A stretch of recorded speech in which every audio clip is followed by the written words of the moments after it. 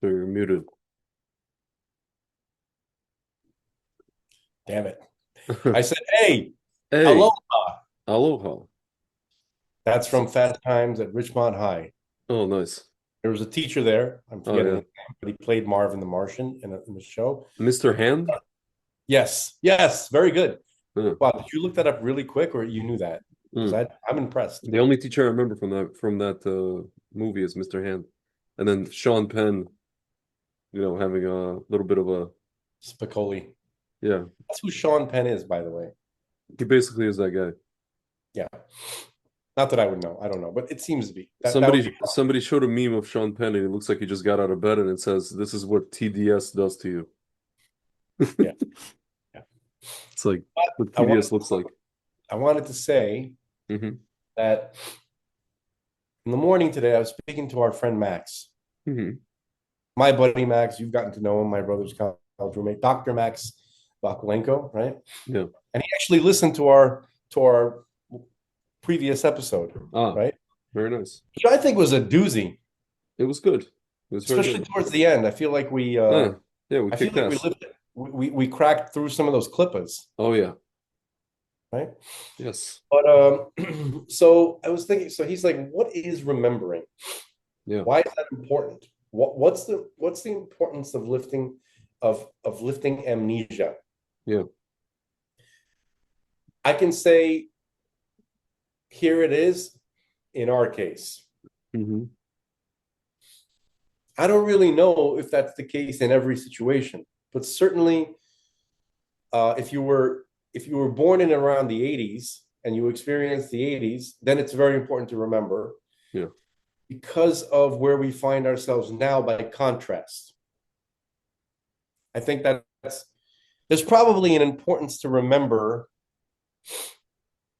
in general because God has orchestrated all these events and experiences, and they're obviously important to him. And in every detail. So for that reason alone, it's important, right? Because it happened, God made it so, and there's nothing extra to God. There's nothing. Yeah. There's no throwaways. There's nothing. Every last detail is absolutely, in every possible way, important to God, much more so than to us. Yeah. So for that reason alone, it's important. But in our context, it's important to remember because, well, all right, Greg, let's go back to 1984, whatever. Mm-hmm. Okay, Mm-hmm. we're about 3 years old, Yeah. and we're experiencing, I don't know, ET. I know that you were in Russia, but Yeah. just this is like whatever awesomeness was happening. Yeah. There's still some awesomeness that was happening in Russia in the 80s. I mean, I remember Yeah. that there was some there it wasn't all bad. I was skiing in the park, whatever. Dude, skiing is a very, very 80s thing. It It's is almost a like it only existed in the 80s and mm-hmm. Mm-hmm. never since. It's like that movie Ski School and like all that other According to stuff. the movies, there's never all skiing stopped in the early Dude, 90s. we haven't seen any skiing movies in years. That's crazy. We never spoke about the fact that In not many a years. real skiing movie because that's white boy stuff. Yeah. You're not allowed to have white Yeah. boy stuff Yeah. after the mid 90s. Yeah. Anything that only white boys do is Yeah. not allowed anymore. The Yeah. last skiing movie we had was with that schmuck John Cusack, Yeah. and thank God you had those other guys in it Yeah. because they didn't let him muck up the whole movie with his bullshit. Mm-hmm. Okay. By the way, he was the only one who had a problem with being in the 80s. Yeah. You remember, right? Hot Tub Time Machine was we're speaking Yeah. about, folks. Yeah. Okay. He's like, oh no, Reagan. Everybody else is like, this is awesome. And John Cusack, that fucking sack of shit, was the only one. By the way, holy crap. How do we never talk about the fact that John Cusack, even in the movie, Yeah.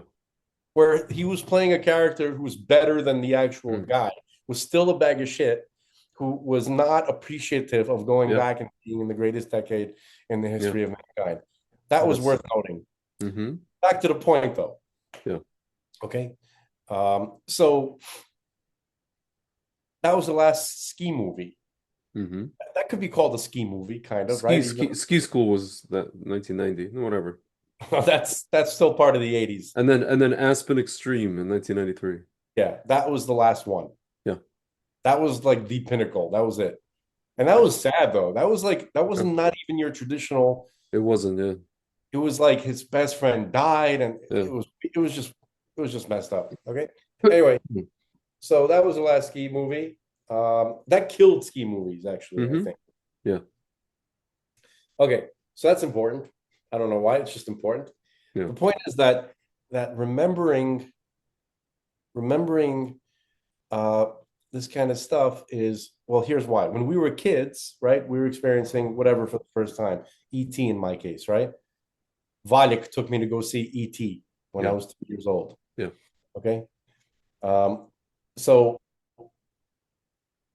and that was amazing. And then there's just a series of amazingness that was happening. And while it was happening, Mhm. I was never thinking like, let's go back, let's remember, because we were swimming in the awesomeness. Yeah.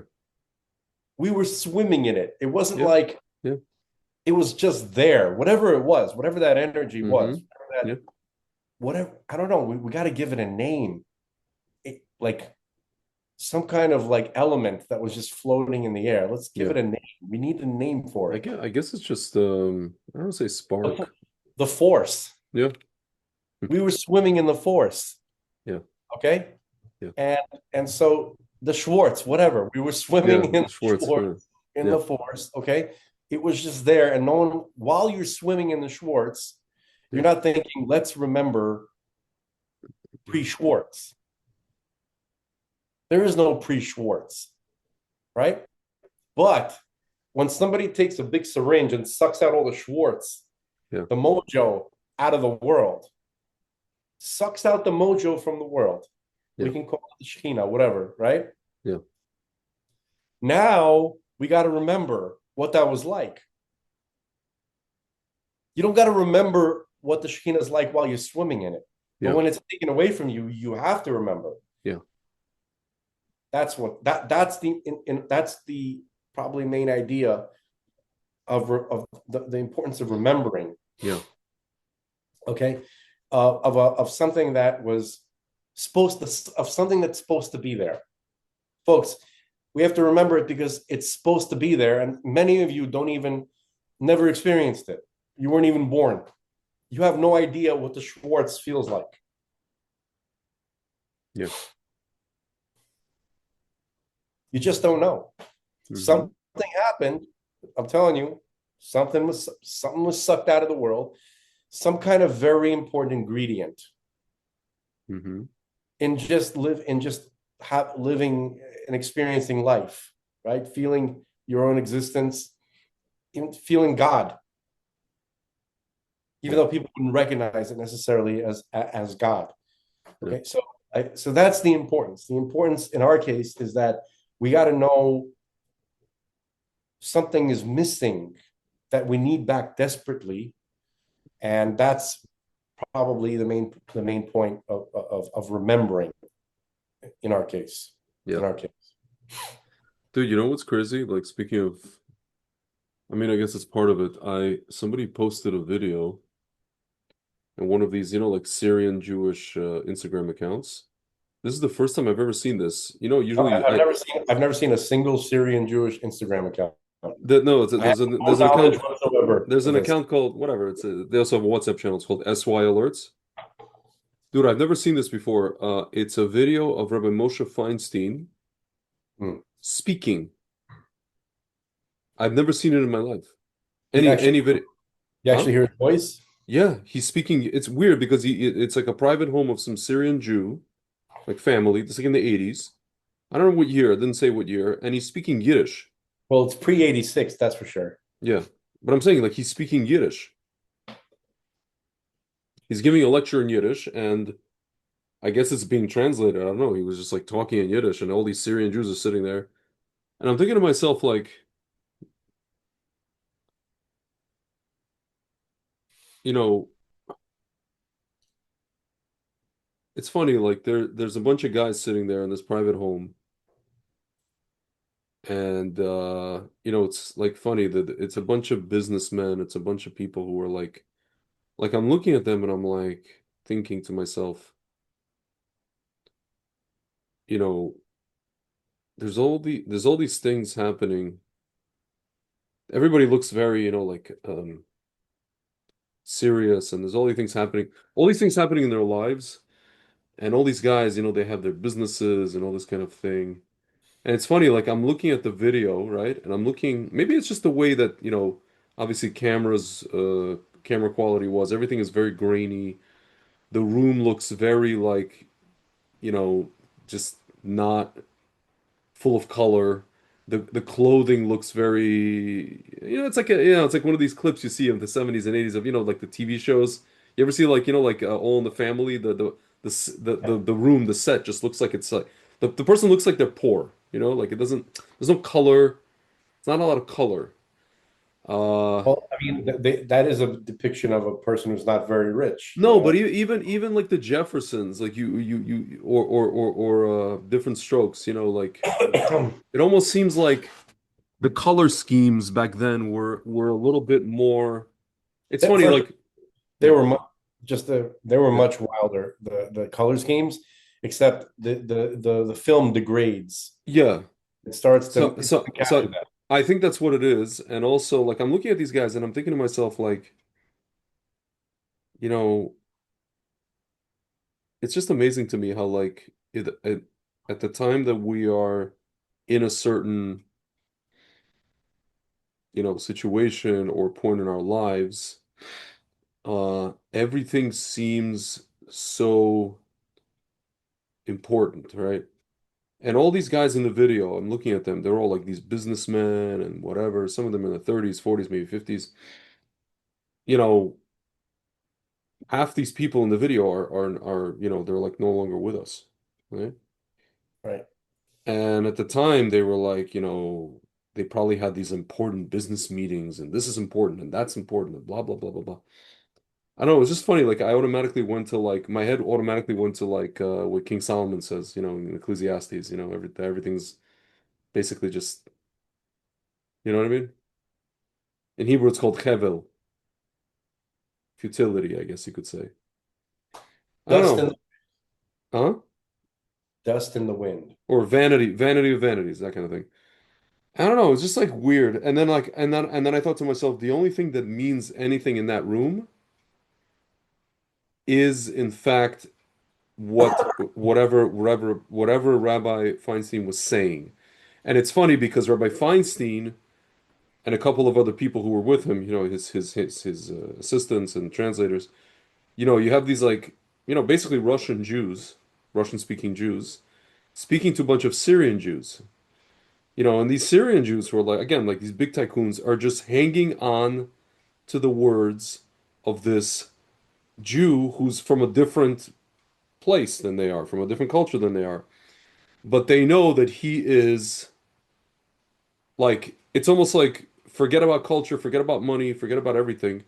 Their neshamas, their souls know what his neshama is. They understand it intrinsically. Uh, you know, just like you and I, right? If Ovadia Yosef walked into the room, he comes from a different culture than you and I, right? We know, we see his neshama, we understand what's going on over here, right?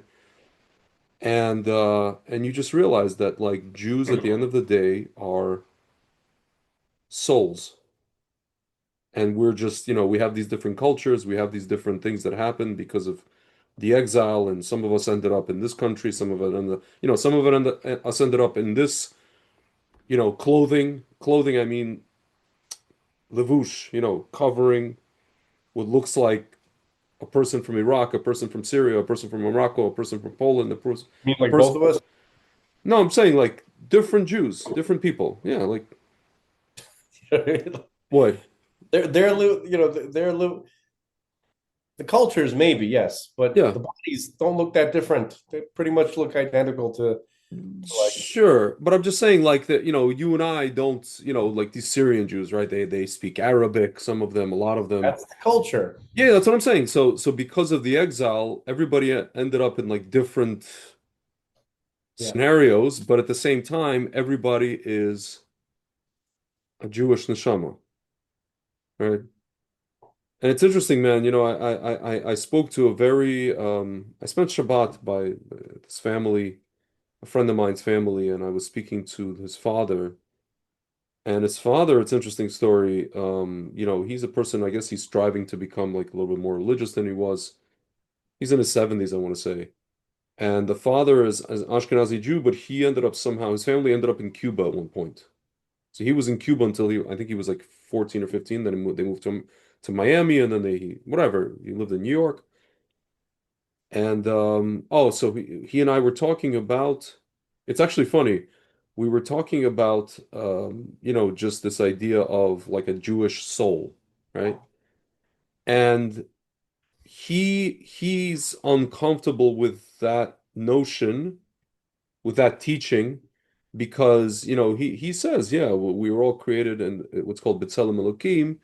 So he That is says, in essence, we are, every human being is like essentially not different from the next one, right? I mean, we all have different characteristics, but generally speaking, humanity is basically, you know, he had trouble with it. But at the same time, he came up to me and he said, "Well, listen, I don't want to hear about."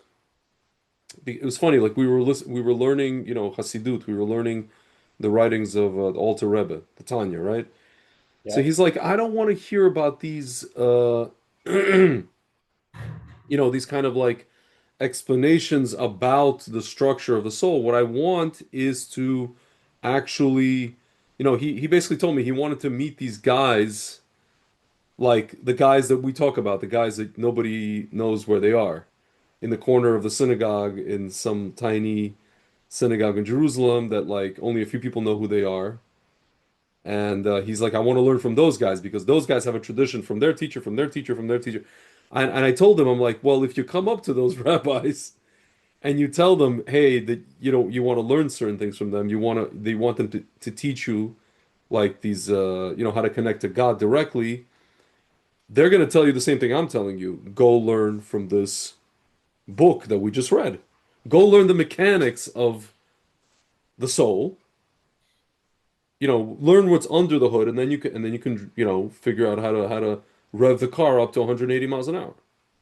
Listen, You know you what I mean? know, I'm right. I'm going to crap on whoever this person is right now for a minute Okay. because I am this person. So I've already kind of been through this mindset, Yeah.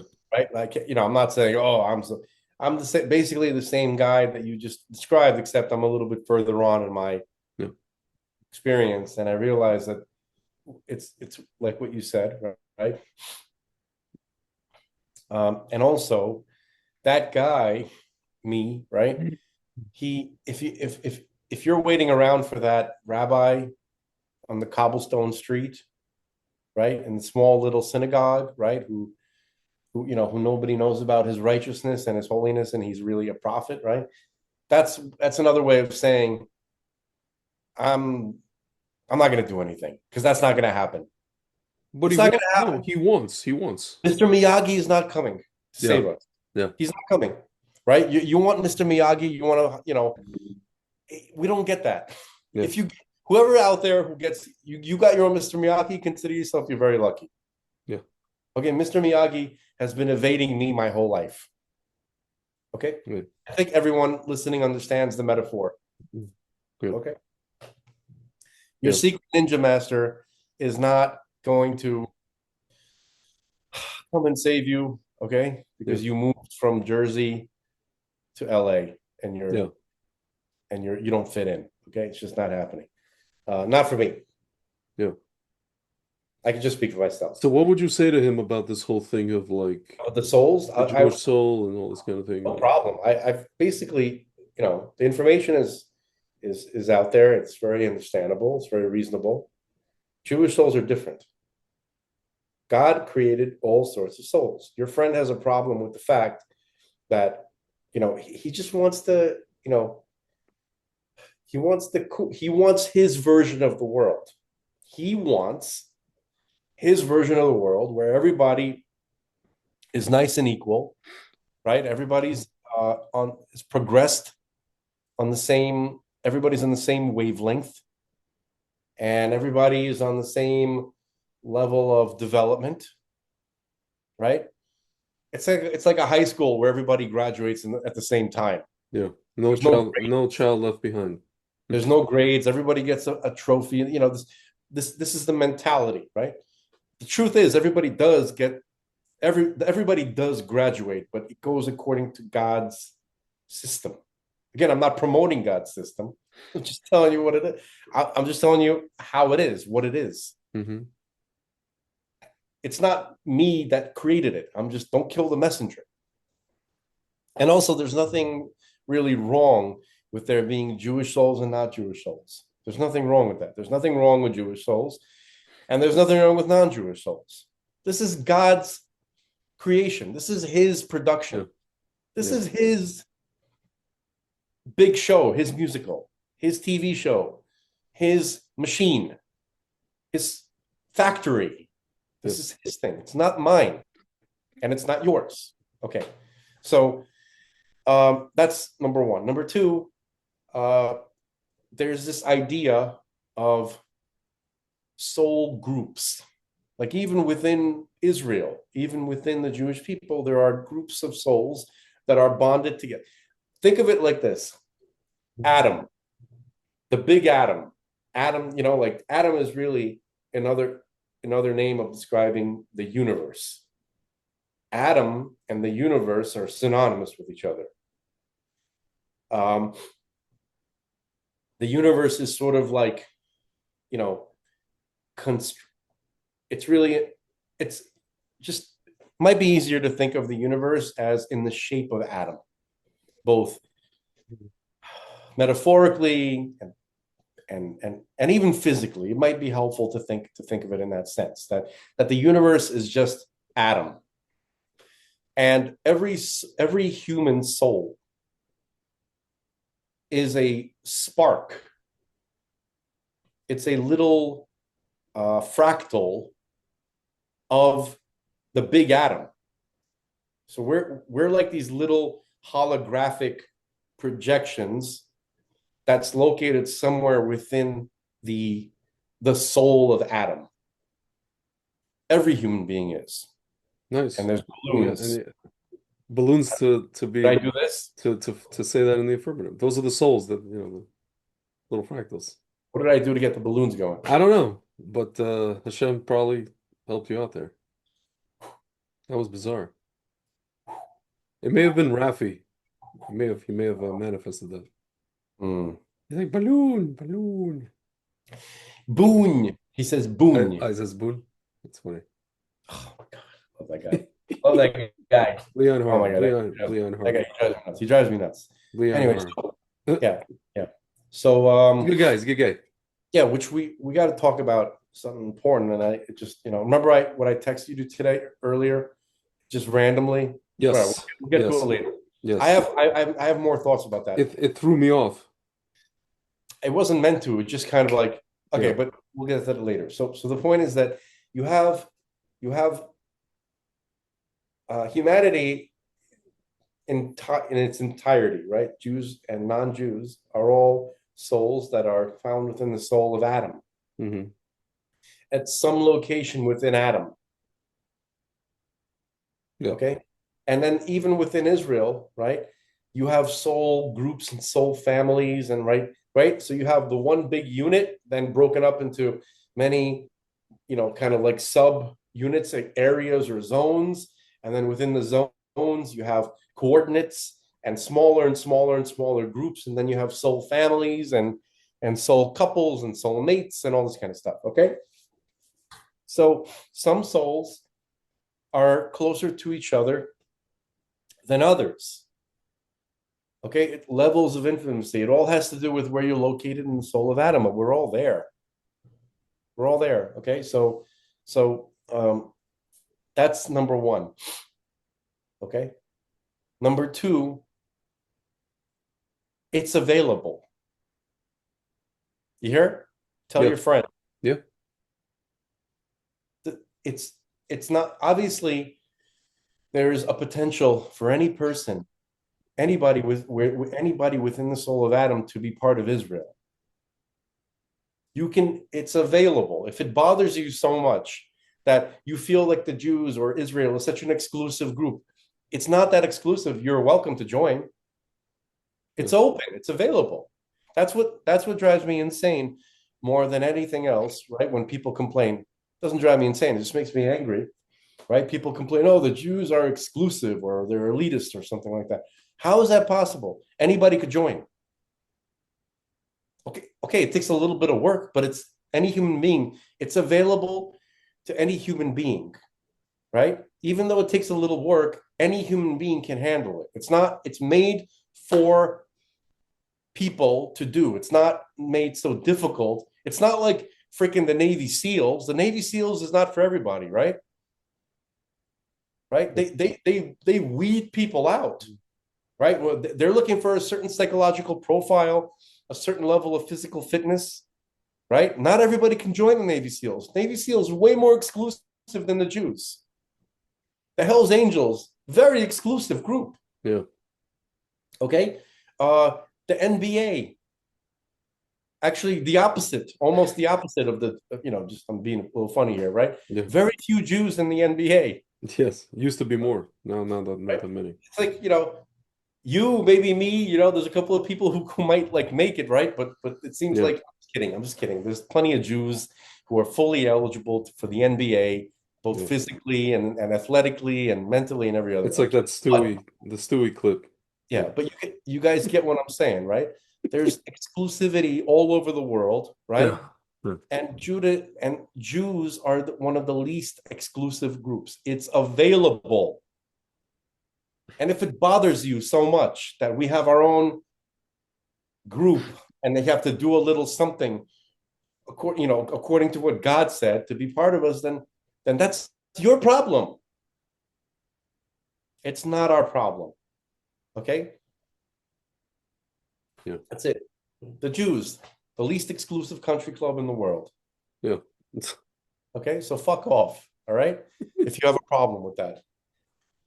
Not really fuck off, but you know what I'm saying, right? Like your complaints are retarded. You're retarded. You have Grow a up. problem with Jewish exclusivity, you're retarded because it's available. Okay. I think they just have a problem with exclusivity in general, you Look, know, or exceptionalism, listen, exclusivity. tell your friend to open his Oh no, book. he doesn't have no no he doesn't have a problem with exclusivity. Again, I think it's more like, you know what it is? I think a lot of American Jews, uh, especially, they get caught up in the idea of, you know, race and genetics, which is just merely the levush, the clothing of the neshama. Meaning, just one second, the genetics is what anybody harps on about, right? And to the point of, to the point of where we have this whole discussion, anti-Semites like to bring up, and we spoke about it, the Khazarian Empire, and then of course, we had geneticists debunk that thing and blah blah blah. And yeah, there is a quote unquote, there's a way, for example, right, to figure out who descends from the line of the Kohanim, the priests, right? That is actually a genetic marker that you figure out that's carried on. From Aaron, Yeah, Moses' brother. yeah, and we something called a haplogroup, and you could find the haplogroup of the Levites. You could find the haplogroup of anybody you want. So people get really caught up in genetics, and they sometimes they forget about the soul. It's the whole concept of what I notice in general, talking to people about anything to do with soul. Even if you break out, even if you like open up a book, any one of these books from Tanya, different books, it's very lost on people. Uh, it's very like, because you can't really, no one's measured any of this stuff, right? You can measure genetics, you can measure DNA, you can see it under a microscope, but you can't see the soul. And talking about the soul is very, a lot of people have told me I don't understand what that means. Just like for example, I spoke to a guy. I remember talking to a guy who made a documentary about wineries of Israel, right? So a lot of winemakers in Israel who are not religious, not Shomer Shabbat, but they have kosher wineries, right? So they're very upset that they can't handle the wine at a certain point because they're not Shomer Shabbat. And I said, and I told the guy, I'm like, wine has ethereal properties, right? In the Jewish tradition, wine has ethereal properties. And he just told me, I don't understand what that means. How do I show him that? How do I prove that to him? How do I do I have any kind of scientific measurement to show him what the hell I'm talking about? Maybe when Mashiach comes, maybe you could show the essence of whatever I'm talking about. There's no way I can quantify that. Just the same thing with the soul. So I think a lot of people get stuck on this, especially, whatever, like a lot of American Jews, even people who are like this person wants to keep mitzvot. He wants to learn Torah. He wants to learn as much as he can, and he's all for it. But when you start talking about something, this is, by the way, why he said he wants to experience it, because when he experiences it, when he has the experience, so to speak, right? It then becomes, and then it then can become tangible, as opposed to, you know, reading about it and it being explained to him by, the Alter Rebbe or a rabbi who's reading about, you understand what I mean? He wants to have a DMT experience with a spiritual wine grape. Like what? No, no. He wants to feel his soul and understand that there's something going on over there. He literally wants to feel the engine under the hood. Okay, He wants to get up to 180 miles an hour. You know what I mean? Which is okay. fine, but like, because talking about the engine doesn't do anything for him. So learning Torah doesn't ignite his soul. He doesn't feel it. No, learning Torah does, meaning it's opening up, let's say, this is the most readily available book that touches upon this. For example, the Tanya, that talks about all the mechanics of this and the mechanics of that and Sefirot, that doesn't, he can't touch anything. You understand what I'm The saying? Tanya is not the only book that does that. I know, I'm just giving an example. I'm I just know. giving one example, yeah. The Tanya is a book. It's not the Tanya does not really go into such detail Yeah. about about the anatomy of the soul. I'm sorry, it Yeah. doesn't. It's more academic, I know. It's a very It's no, no. It's more. academic. It's more of a. I'm not going to say like Musser, Yeah. but it kind of feels that way. Yeah. It's more about how to go about your day, Yeah. how to live, Yeah. and how to think, Yeah. right? Like how to how to kind of like Yeah. it's hashkafa, Yeah. It's philosophy. okay? Mm, Say it's the oh, best. man, it doesn't fit in any of those. Yeah. It's Mm. its own thing. I don't know how to Yeah. describe it. Okay, Yeah. it's it's a book about how a regular person has Hmm. to approach their life. Yeah. Okay, to understand the mechanics of the soul, you have to delve into the Ari, Hmm. to Eitz Chaim, That's right? that's actually what I told him. I mentioned that book. That has all the details that he's Yeah. looking for. Okay, Yeah. I'm if he wants Vital. to understand, right? And also the meditative tradition Yeah. of the Torah, right? Correct. Abulafia, right? All this kind of stuff. So So he's into that. He wants to so that's delve into that. let that be his path. Hmm. Okay, let him learn as much as Yeah. possible about the anatomy of the soul, right? Yeah.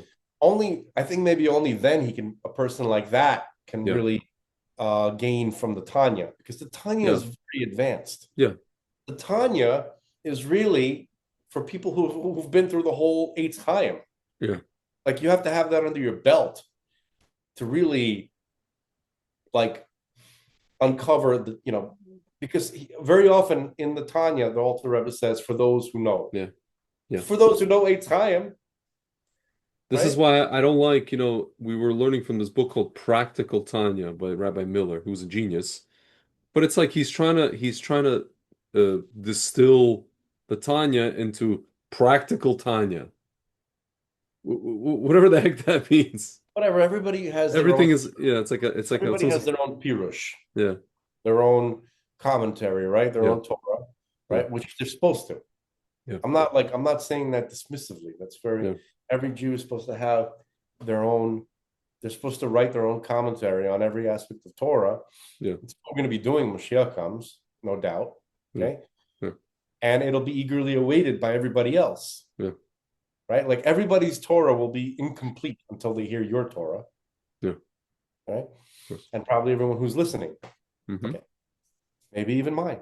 Yeah, So, um, so, but that being said, so Rabbi Miller wrote a book.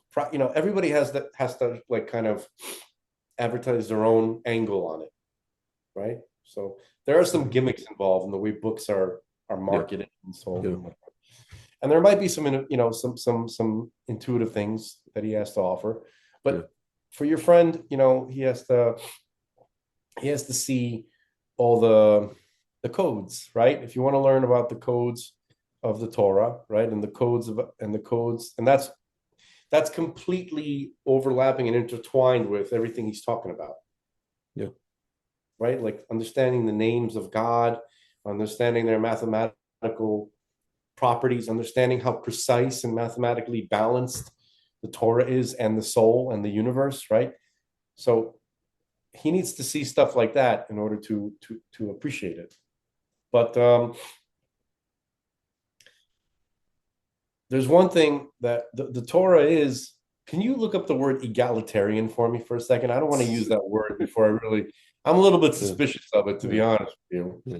Okay, and it was definitely Egalitarian, it's believing in the principle that all people are equal, deserve equal rights and opportunities. absolutely true. The Torah is egalitarian, Yeah, except for the Kohanim. Kohanim are yeah, that's yeah, you can't yeah, be a Kohen except for the yeah, Kohanim, yeah, right? Then the Torah is pretty much egalitarian because yeah, it's available. First of all, it's available to everybody, yeah. okay, to anyone and to everyone, Hmm. okay. And it says in any places that it doesn't matter. Everybody has the ability to even reach prophecy, Yeah, whether it be non-Jewish, and this is old phrasing, ancient phrasing. They say even a Gentile maidservant yeah, can receive prophecy. yeah, Okay, so basically that means that anybody from any walk of life, if they do the work and they approach God correctly, can potentially receive prophecy and either be part of Israel or connect to Israel. There's various ways to connect to Israel, which means to connect to God's will. That's what it means. Yeah. Okay, it's not about being part of a club. Now, in terms of that whole genetics question, that's, like you said, something that seems to be only important to ignorant, non-religious Jews.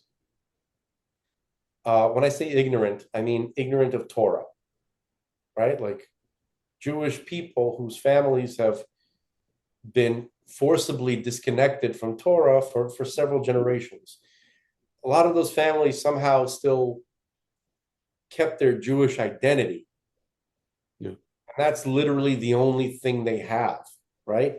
And they don't understand, and it's very important to them, very important. And they don't even understand why. They never even, it's not even something that they really question. Like, why is it so important? Like my dad never taught me anything about God. Maybe he mentioned God once in a while. He said like a Yiddish, phrase like "Gotenu," meaning our God, right? Yeah. Rabbeinu Shalom, like something Yiddishy, right? But he never explained it. He doesn't understand it. He just knows that it's his father and his mother told him it's important to be Jewish and you have to marry a Jew.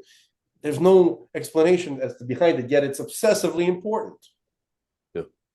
Right? And nobody knows why. They just feel it, but they don't know why. So to rationalize it, right? Like, why is it? So then they have to say, oh, you want your it turns into some sort of like weird, like it is kind of like, they want the kids to be smart. Yeah. Like you want to get the Jew. Yeah. It doesn't even make any sense. Yeah. It's retarded. Like Yiddish kop. Yeah. I had this like experience with a friend of ours. I'm not going to say his name, Mm-hmm. right? and this friend of ours married a non-Jewish woman, right? And he was complaining that his father was upset because of the kids. And I was like, look, it is important for you to marry a Jewish woman to have Jewish children, but not for the reasons that he's talking about. Yeah. He's Yeah. basically a racist. Yeah, he is. He's a racist, or he's bigoted, right? And all the reasons he's telling you are not the reasons at all Yeah, it's why. pulling you further away from wanting to marry Right. Jews. And then I explained to him, I was walking on Miami Beach and South Beach with him. I was Yeah. explaining to him, Yeah. right? I was explaining to him what the Torah's perspective actually is. Here's why. Not Yeah. anything, right? But for those who, but it's interesting. I don't want to Mm-hmm. be too hard on his father. I don't want to be Mm-hmm. too hard on No. people like that, because that, even though it's backwards ass and it's Yeah. completely wrong, Mm-hmm. yet somehow is the only thing that's keeping these people Yeah. Jewish. Even it's like the It's keeping premise, these people there. Yeah. Yeah. Yeah. it's totally false, yet It's it's the only thing that's keeping them. I'll take it a step further. In the Soviet Union, it was like basically here's the speech. Oh, there's gonna be love, and love is love.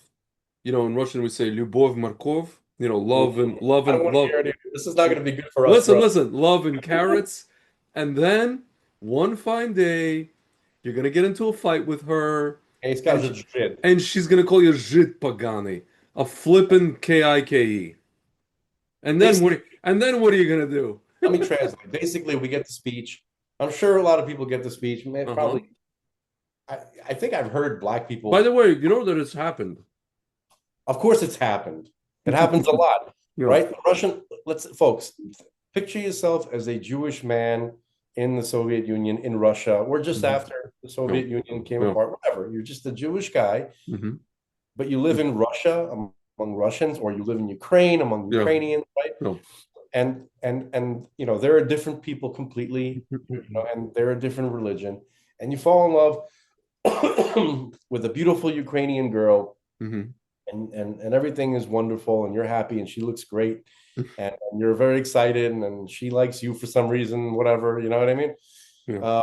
And then uh, and then your parents get worried that you're gonna marry her, right? And then why? Well, one of the reasons is you're gonna get into a fight the moment something happens she doesn't like. She's gonna call you a fucking kike, Yeah.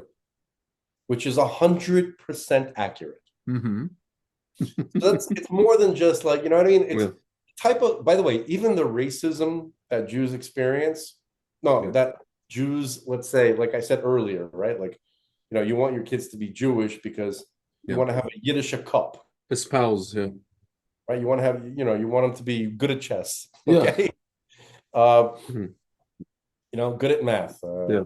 Yeah. Anyway, so proficient in violin, Yeah. I was whatever. gonna say. Well, So, it uh, sounds like Asians. But anyway, yeah, continue. yeah. Even that, Yeah. right? It's sort of a reactionary kind of racism Yeah. because it's sort of like Jews are like, oh, you're treating me like shit. Guess what? I'm going to reverse treat you like shit. Yeah. You know what I mean? That's how it happened. Yeah. Like Yeah. that. Yeah. That's By not basically by what. by not marrying you. Yeah. Yeah. You know what I mean? We're gonna like make you feel inferior. I'm gonna make you Yeah. feel inferior back. Yeah. That's how it is. Okay. Can I tell you something? My uncle,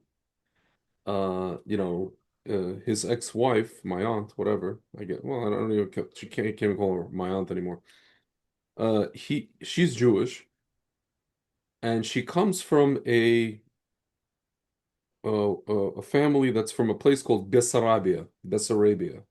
which was part of kind of Ukrainish border of Moldova-esque Romania, sort of something something. And Jews from Bessarabia, you know, in terms of, I guess, facial features, are known for having almost like, like very kind of like thin eyes, but not Asian, but just a thin eye structure and certain very sharp features. And so to my uncle, basically my parents put it this way. He found himself a not they use this term, it's no offense to anybody, this is just the term they use. A shiksa looking Jewish girl. A Jewish girl that looks not Jewish, right? And he liked that. He didn't like girls who look Jewish, right? That's why when my father was, dating my mom looks like a typical girl from like somewhere in Tel Aviv, right? Uh like my uncles didn't they were like, "What do you see in her?" They told to my dad, his brothers, like, "What do you see in her?" They didn't like the Jewish look. My dad liked it. My dad he liked it. So my uncle, ironically, they found him this Jewish girl, you know, who in his eyes didn't look Jewish. And it was my other uncle, the same thing. She was Jewish. My other aunt, a blessed member, she passed away. I don't know. To him, she didn't look Jewish. She had like this non-Jewish look, whatever that was. Very weird, bizarre. Ways So weird. it's almost like in their brains, it's like they always said, I got the best of both worlds kind of thing. They appeased their parents, my grandparents. My grandfather did not, decapitate them. At the same I just time, want to say, there's nothing more retarded it's just than absurd. your Russian Jewish uncle Yeah. that you. But I miss that retardation more than anything. Dude, yes. Because again, we spoke about this last time that Yeah. One, this one of the was most the frustrating people in my life was my uncle Felix. I'll yeah, do anything yeah, yeah, to experience that frustration again. yeah, yeah. Because these were the restaurant outings Yeah. where the whole extended family was together. And dude, my uncle, like I think he's the one that kind of like I don't want to say like inspired me to do certain things, but he was the one that kind of like would say to me, you know, what's funny, at one point we were sitting, this is before I kept Shabbat, he used to come over, we used to have just like a regular Friday night dinner kind of thing.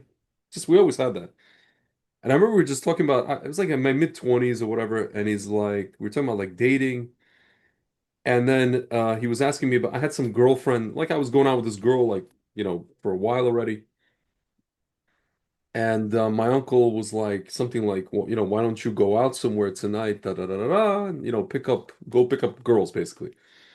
I was like, I have a girlfriend, whatever. And then he just said something like, you're just like your dad. You're like this monogamous idiot, that kind of thing.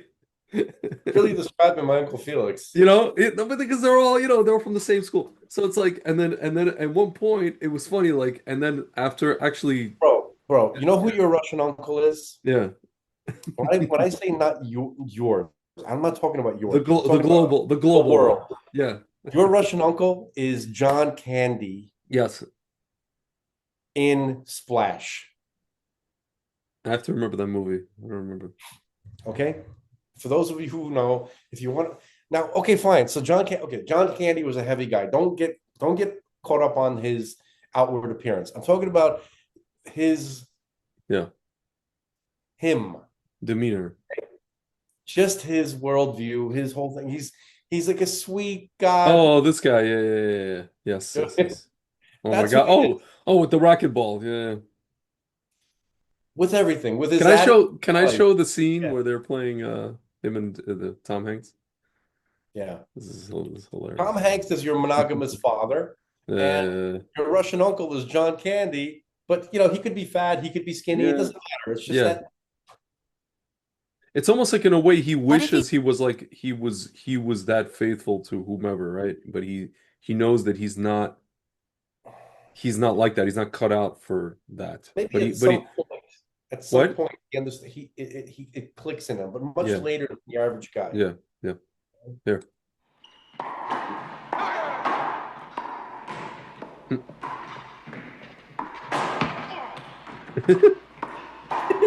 Yeah, yeah. You can smoke. How long we Dude, been Very well. playing? I had friends like About this five too. minutes. Oh, God. My heart's beating like a rabbit. By the way, this was totally You, improv, this scene, want by a the way. beer? Yeah, of course. No, thanks. So, tell me this. If you're not in love with her, how come these little things she does drive you crazy so much, huh? Little things. Buddy, the woman learned how to speak English in a single afternoon. She could probably speak English already. I think she was in shock from being arrested, you know? Well, now what about that, huh? What about a I woman don't think showing this up is a naked good in a scene. public place, Freddie? Well, I'm for it, of course. Stop it for a You moment. yourself Yeah. said. What did you want to see? Like playing? I think probably like the intro scene Oh, with John okay. Candy, like the first time, like because Oh, yeah. they have to. When you're in a movie, you got to like explain who the characters are Oh, right okay. away, so people Fine. can understand them. So Like here, that's so that was actually a moment of lucidity for him. Like it's what's the interesting? I don't know, just like the first scene in the movie with John Candy. The beginning, somewhere at the beginning of the movie, I guess. I don't remember. I need to watch this whole movie in its entirety. Like he Um, just wants to bang stewardesses and and go to nightclubs and like yeah, what I mean, and yeah. and enjoy life and be wild Here. and crazy guy, that kind of the two wild and crazy guys, Yeah, yeah, like of course. that's your uncle. Okay, Yeah, that's who yeah, they are. yeah. All right. All right. They love the disco. That's who they are.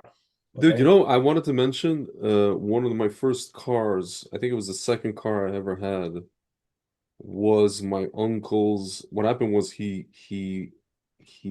had gotten a new car, and the first car that he had, he ended up like basically lending it to me because what happens, like, whatever, I had some situation, my car basically like died. The first one car I ever had was a Buick Century 86, 1986 Buick Century. It died. So my uncle was like, "Oh, I'm getting a new car, so like here, borrow this car." It was a Mercury Grand Marquis. And it's interesting because he had that car he had bought it when it came out in like 1990. So I remember being like 10 years old. And I literally thought there's two cars that I thought were like the most incredible cars I've ever seen in my life. My oldest uncle's car, the both Mercury, by the way, Mercury Sable black station wagon with the tan interior. I thought that car was like a freaking spaceship. It was incredible, and it was like the dopest car ever. And then my other uncle's Mercury Grand Marquis with a moonroof. When he got that car, dude, I literally thought he was a bazillionaire. He wasn't, but like it was like, just like bench seats, a lot of these cars have bench, that's like a couch in the back and a Yeah. freaking moonroof, man.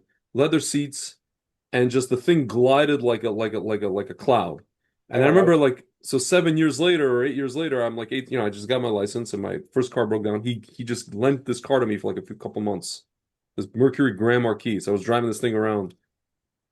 I felt like kind of like a, and it was white. So I felt like a like a limo driver kind of thing, but like I wasn't, I was just driving myself. Whatever. And I had like, girlfriend, whatever it was, and it was very cool. I don't know. I was like, honestly, like these people don't understand it. And then like my dad, I remember at one point had a the Ford Taurus, which is kind of basically kind of like the Ford version of the Mercury Sable, and also station wagon. A lot of people would say the opposite, but okay. What? Oh, you're saying no, because Mercury They're was like the Ford luxury. Taurus was like the main Well, Mercury was the luxury version of it's like Infinity of Nissan. Mercury was the luxury version of Ford. Yeah, right. I'm just saying that Ford yeah, Taurus were famous. It was yeah, more better yeah, known. yeah. Right?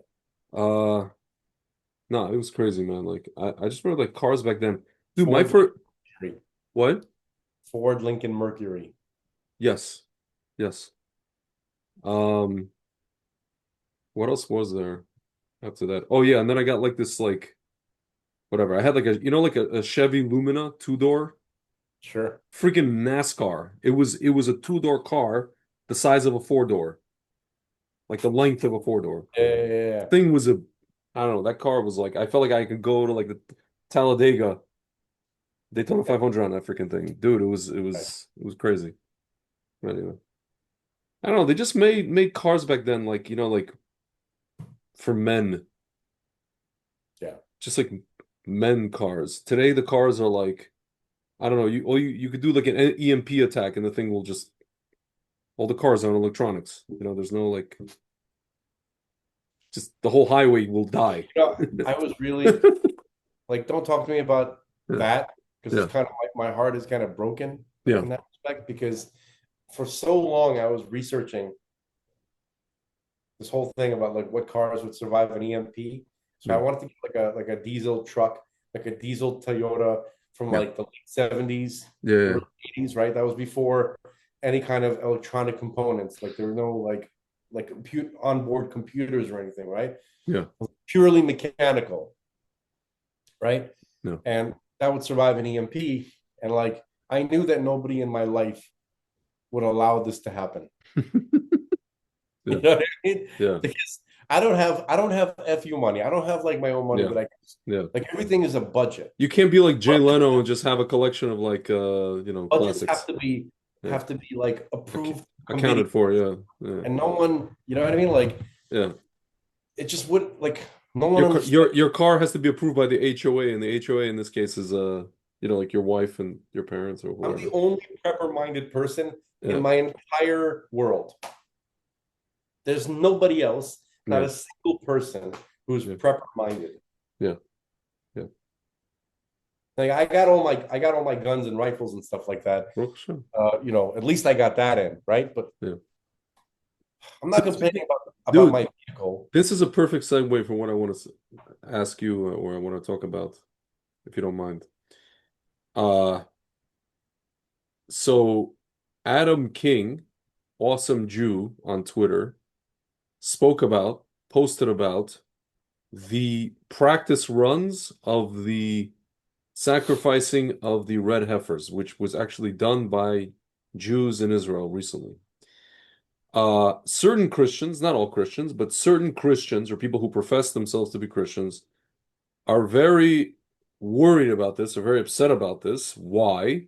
Because to them, it's like we are trying to force, meaning the Jews, uh, the messianic process, but in their minds, what is the messianic process or the apocalypse? It's some kind of event from the book of Revelation, which is cataclysmic, and the world is going to explode. We are going to explode, cause the world to explode via this, whatever we're doing.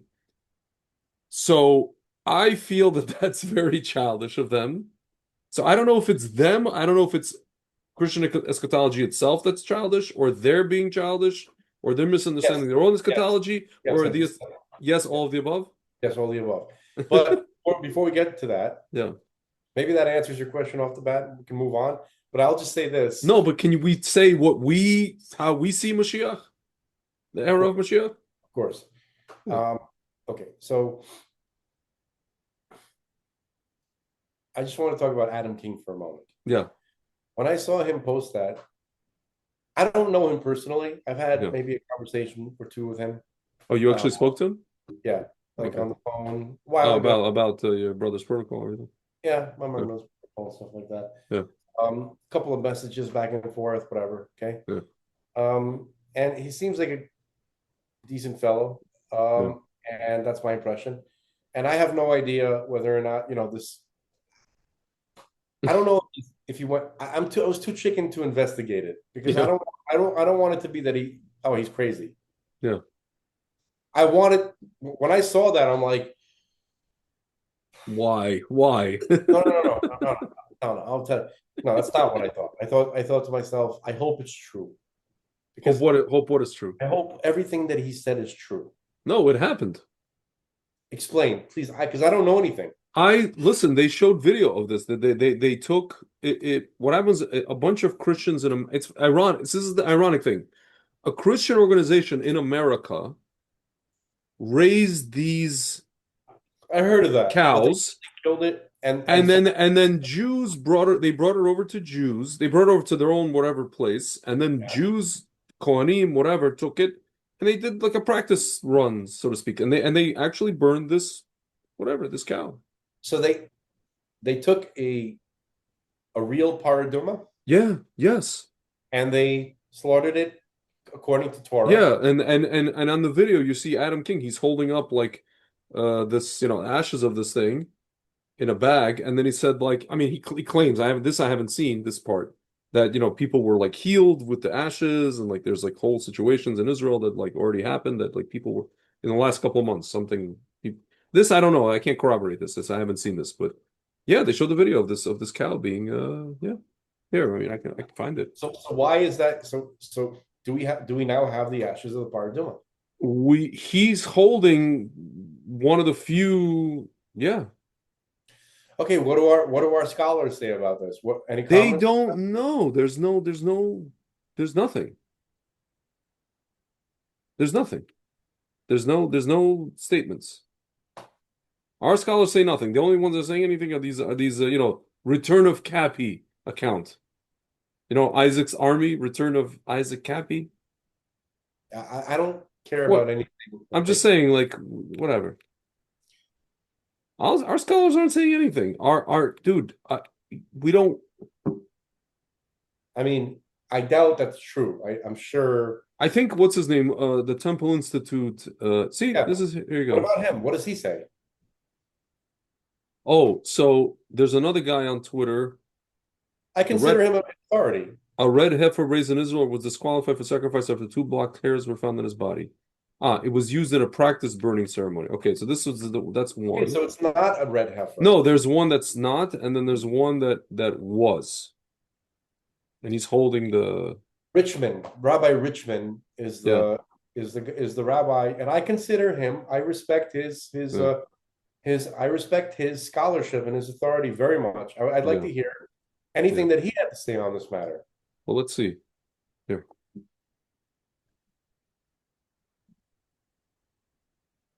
One second. Chaim Richmond, red heifer in Israel. Okay, so this is like 7 years ago. 1 second. 1 second. Oh, Rabbi Jacobson was speaking about this 2 months ago. 1 second. Let me just find it. I'm gonna find something about it. Doesn't even have to be Rabbi Richmond. Why red heifers? You have this talk about, all these like Christian podcaster guys.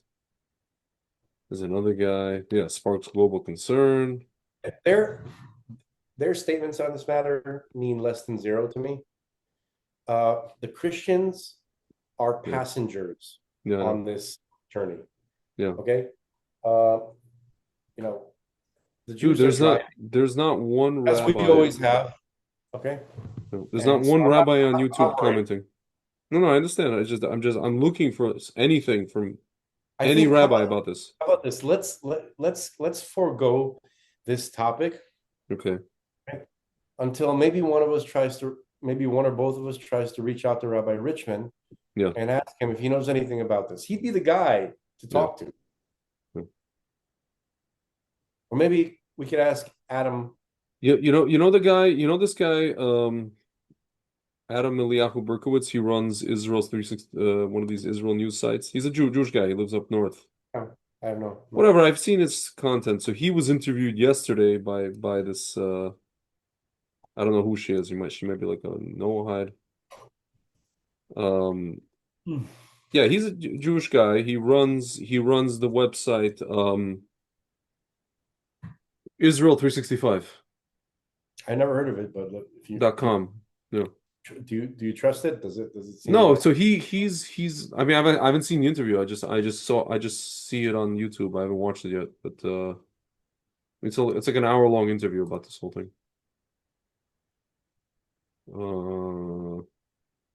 Yeah. I mean, I don't know if you want we're not going to watch the whole thing unless you want to. I have no idea what to expect from this. Yeah. If you want to, I mean, I'd be forced to trust your opinion on this. Do you think it's worth taking a look at? I think it's worth taking a look at because the guy's legit. He's written for like Chabad.org and stuff like that. He's not like a totally, Let's take a look. I don't know. Let's take a look. I don't know. take a look. Yeah. See.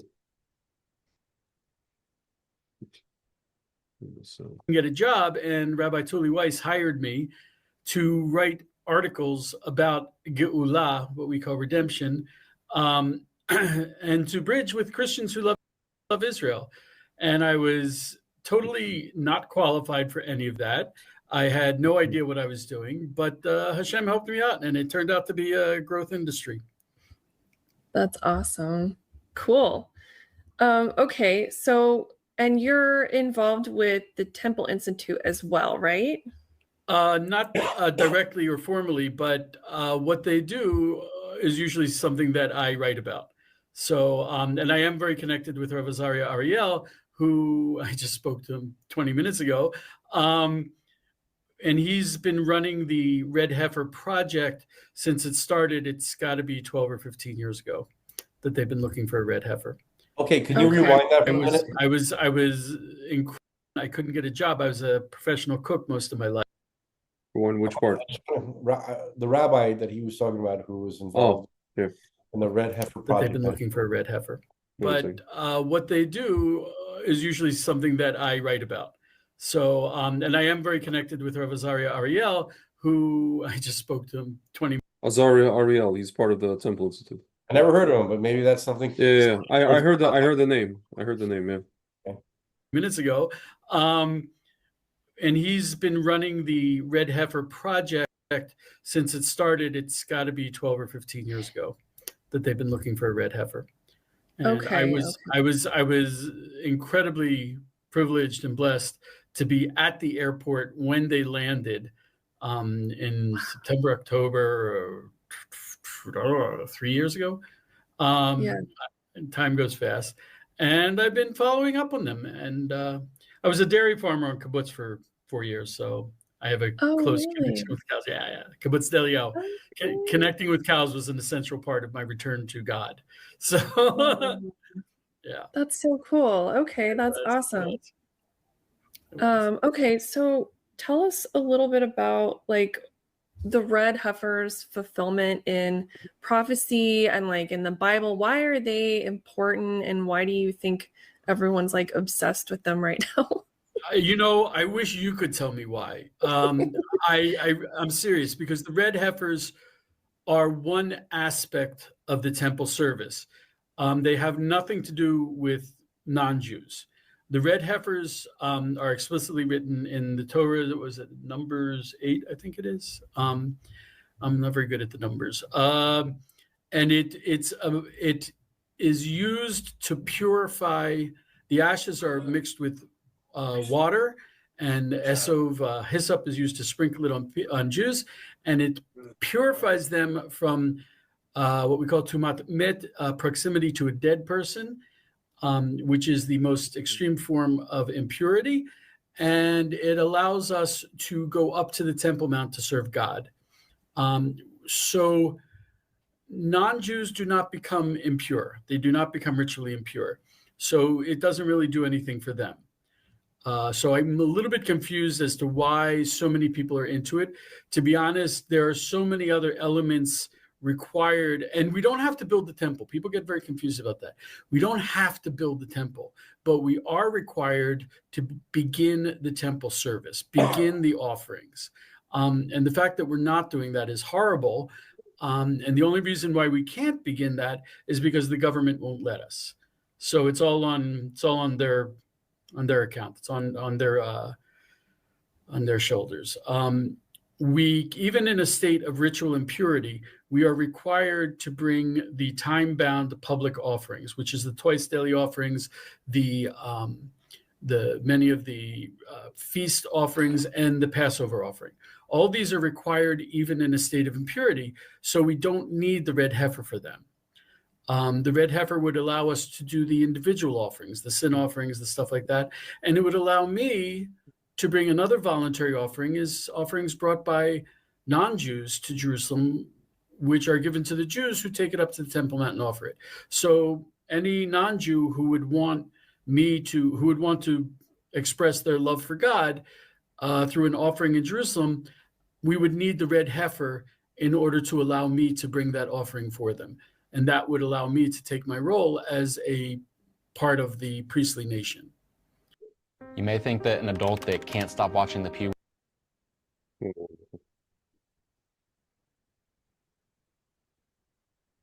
understand why people are so excited about. There are a lot more things to be excited about. You know, the fact that Jews are finally allowed to pray on the Temple Mount. The fact that we're starting to, oh my gosh, the fact that 50,000 people a year are going up to the Temple Mount now. The fact that we actually have all of the temple utensils. We have everything we need. We have the priests who are learning. We have the we don't have the incense. That's a different story. That's my next book. Okay. We have everything we need. We have the clothing. We've rediscovered the crimson wool. We've rediscovered the how do you say tchelet, the blue thread. We've rediscovered all that. A lot of this process has been rediscovering what we already knew, and the red heifer is actually probably the last part of that puzzle. Got it. Okay, so you mentioned that you didn't need the third temple. Can you kind of talk us through like the order of operations? Because I think a lot of people are confused. Well, if you remember, the Jews came back from Babylonia, and we were criticized for not building the temple, though they started the offerings immediately. And that's what we should have done. But we didn't. Everyone's like, oh, the temple. We don't need the temple. What we need is an altar. Jews are only permitted to bring offerings in precisely the spot that was the altar in the temple. In the desert, the tabernacle moved around. It stood in Shiloh for nearly 400 years. But since David consecrated the place, that became the place that was always hinted at in the Torah as the place that God will choose. Beit Bechira. And so once David consecrated it, and the first thing he did was make an altar, we're not allowed to do it anywhere else. So we can only bring offerings on the Temple Mount. Non-Jews can bring offerings to the God of Israel anywhere in the world they want to, except for the Temple Mount. So in theory, we should have started the offerings in 1967. But because the government did what the government did, we can't. And we're not going to start a civil war over this. So right. And you're referring to giving control over to the Jordanian Waqf? Okay. Yeah. In the words of Moshe Dayan, when he gave it back, someone was like, why are you doing that? We just, he's like, we don't need another Vatican. He Mhm. specifically, it was the thing where the the early Zionists, secular Zionists, God forbid the Christians, they probably are more behind us doing this than anyone else. Um, the early Zionists did not want a Jewish state. They wanted a secular state. And Okay. that tide is shifting. And now most Israelis realize, the Arabs are killing us because of the Temple Mount. Mhm. Because most Jews are like, well, okay, if they're going to kill us for it, that must be important. Let's take a look at this. So the tide is shifting. Yeah, yeah, and I've seen like the signs being put up and the flags being put up. My husband and I just went on a road trip to Galil, and we saw like a bunch of Third Temple flags that had been put up. Is that like for awareness or like to get support, or just what do you think they're doing that? I think it's because it's like putting your family pictures on your desk. It's just you love it so much, you want to see it. I'm serious, and it's glorious. It's like, unfortunately we live in a physical world, and it's like, God is everywhere, but at the same time we've always faced Jerusalem when we prayed, always. And the reason is because that's where the Shekhinah is. That's where God set up his living room so that we could come and have a meal with him. And that's where we sit down as a family and talk to God. And it's nice to remember that. Yeah. I don't think it has a political agenda at all. It's really not. It's way beyond the political agenda. These are people who are just overflowing with love for God. Right. Interesting. Okay. So can we just talk about the elephant in the room, the recent red heifer sacrifice that happened? Nope. That was Nope. Nope. First of all, the red heifer is not a sacrifice. okay. Okay, because the red heifer takes place outside of the camp, which in the desert was outside the tabernacle. In the temple times, it was on the Mount of Olives in a very specific spot that we know where it is. What happened was we were very blessed to bring over the 5 baby cows from Texas. And every time I get a chance, I will thank Byron Stinson and Bona Israel. I love the man. We owe them a huge debt of gratitude. This is a man who, as a devout Christian, as a very devout Christian, said, we have to help Israel bring about the temple, and went through this huge effort and huge expense to bring over 5 cows. Yeah, I'm an AI, but I'm here to talk apps. Real apps you can.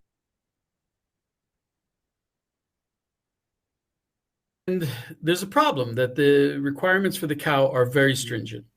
They can have no more than 2 non-red hairs. They can never have had any weight put upon them. They can't have any blemish at all.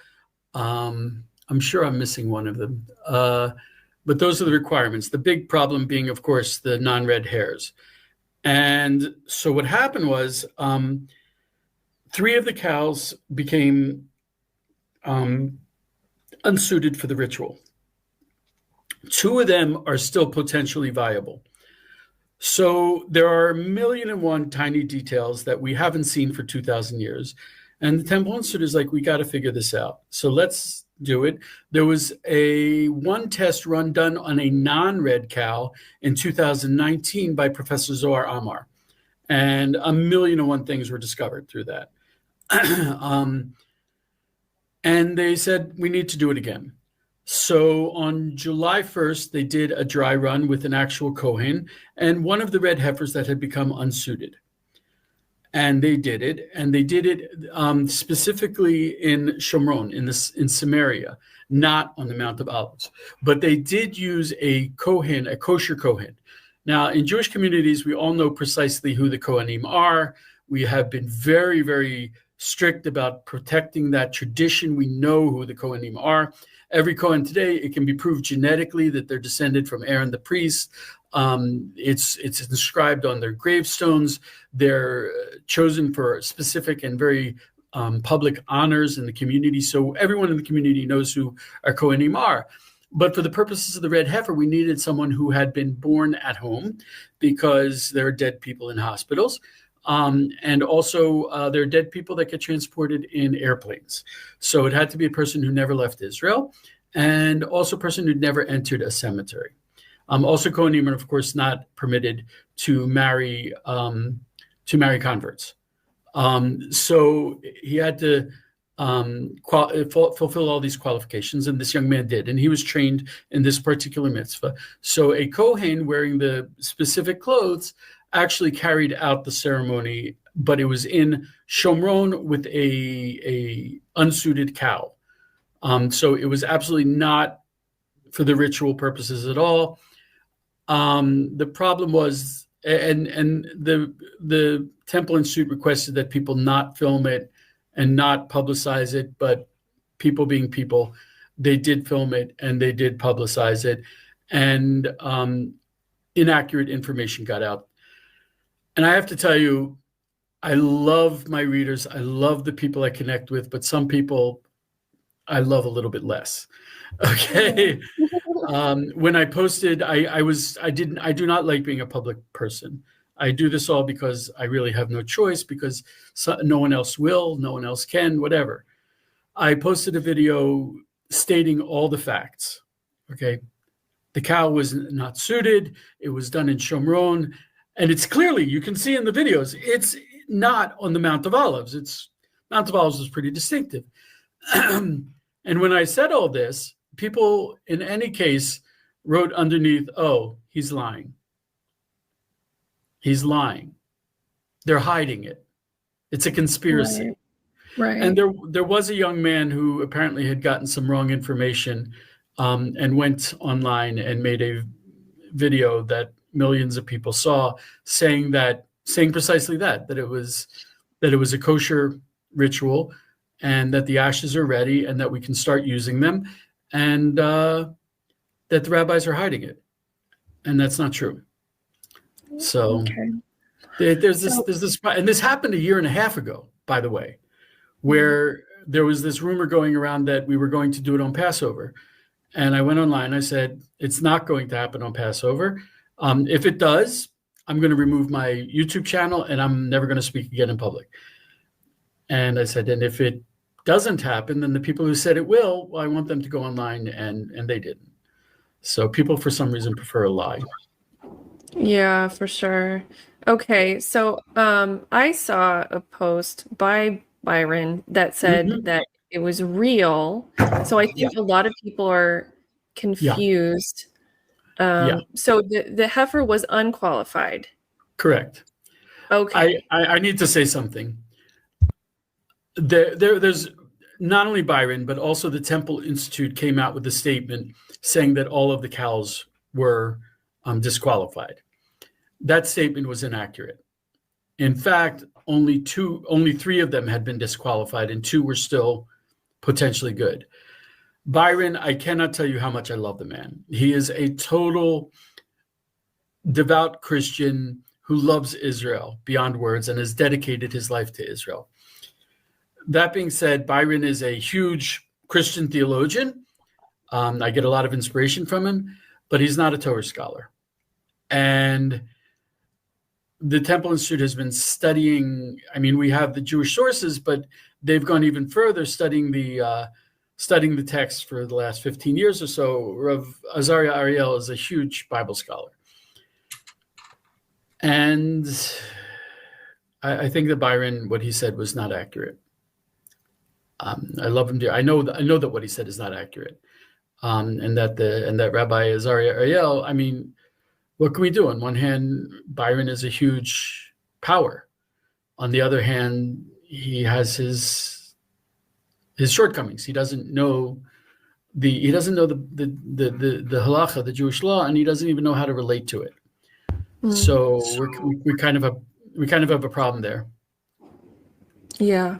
So okay, and that's because they didn't do it on the Mount of Olives, correct? And Yeah, I mean, clearly it was not on the Mount of Olives. It has to be done on the Mount of Olives. A lot of people get, oh, but it's not written in the Bible. No, but I mean, it was done on the Mount of Olives until the destruction of the temple.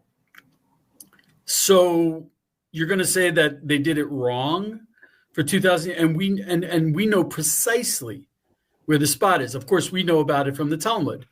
And a lot of people say, oh, the Talmud's written by men. Yeah, it was written by men who were living in the temple and who saw the red heifer done in front of their eyes. You can't get better than that. Yeah. And they know all the intricate details. And the Rambam calls it the most enigmatic mitzvah in the entire Torah. Anyone who says they understand the red heifer, well, if so, they're the first person in human history who understands the red heifer. Even the Rambam didn't understand it. So, yeah, what can I say? Okay, so tell us then, why did they need to do the practice if they had it documented? Because there are a million and one details, stuff you would never think about, and it's a new reality. We also have new challenges that they didn't have in the time of the temple. Every time, except for the first red heifer, which was burned by Moses, every time they prepared a red heifer, and there were only 9 of them until the destruction of the temple, they had the ashes of the previous heifer. So they were already pure. We're in uncharted territory here. Just how do you wield the knife? How is the cow going to lie? It has to be facing the Holy of Holies with its body lying perpendicular to that. How does that work? All of the sacrifices. They should be doing this for the daily offering, by the way. Every year they do a reenactment of the Passover offering. And every year they learn something new. Like the first year, it has to be roasted on a pomegranate branch. Well, doesn't it burn? Doesn't the pomegranate branch burn because you're roasting it? So 1,000,001 little details that you learn. And a lot of those details, unfortunately, have been forgotten, and we have to work them out. Crimson wool, we had to refigure it out. The red heifer, it's not just a matter of, slash its throat and throw it on the wood and burn it. It's not that simple. How do you tie it up? Things like that. Okay. And okay, so do they have the ashes that Moses hid, or what's going on with that? No. You see, that's first of all, someone kept the ashes from the practice offering, which is a big problem. Because let's say it was kosher. It's forbidden to use sanctified things for purposes that they were not intended for. Business owners and salespeople, the fastest way.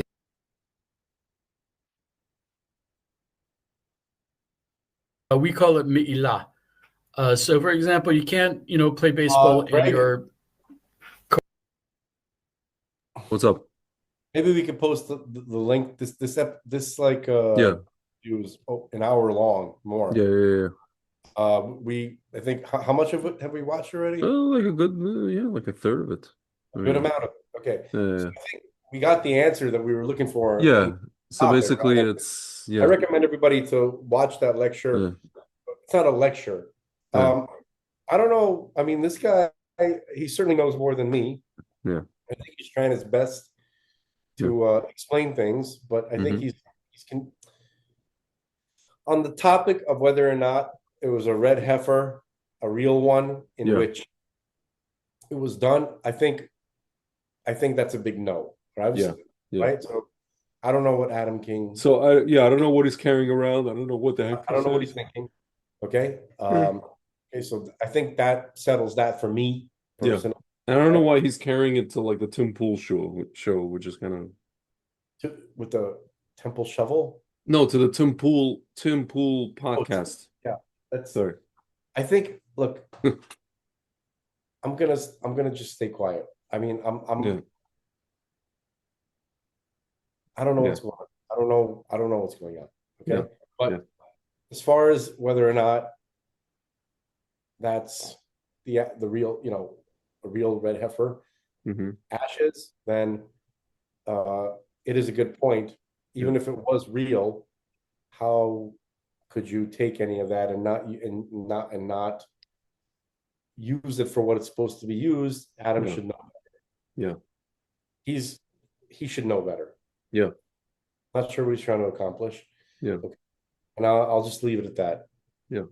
I doubt that it's real. And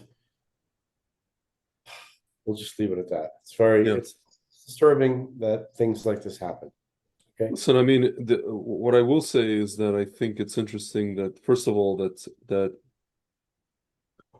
this, you know,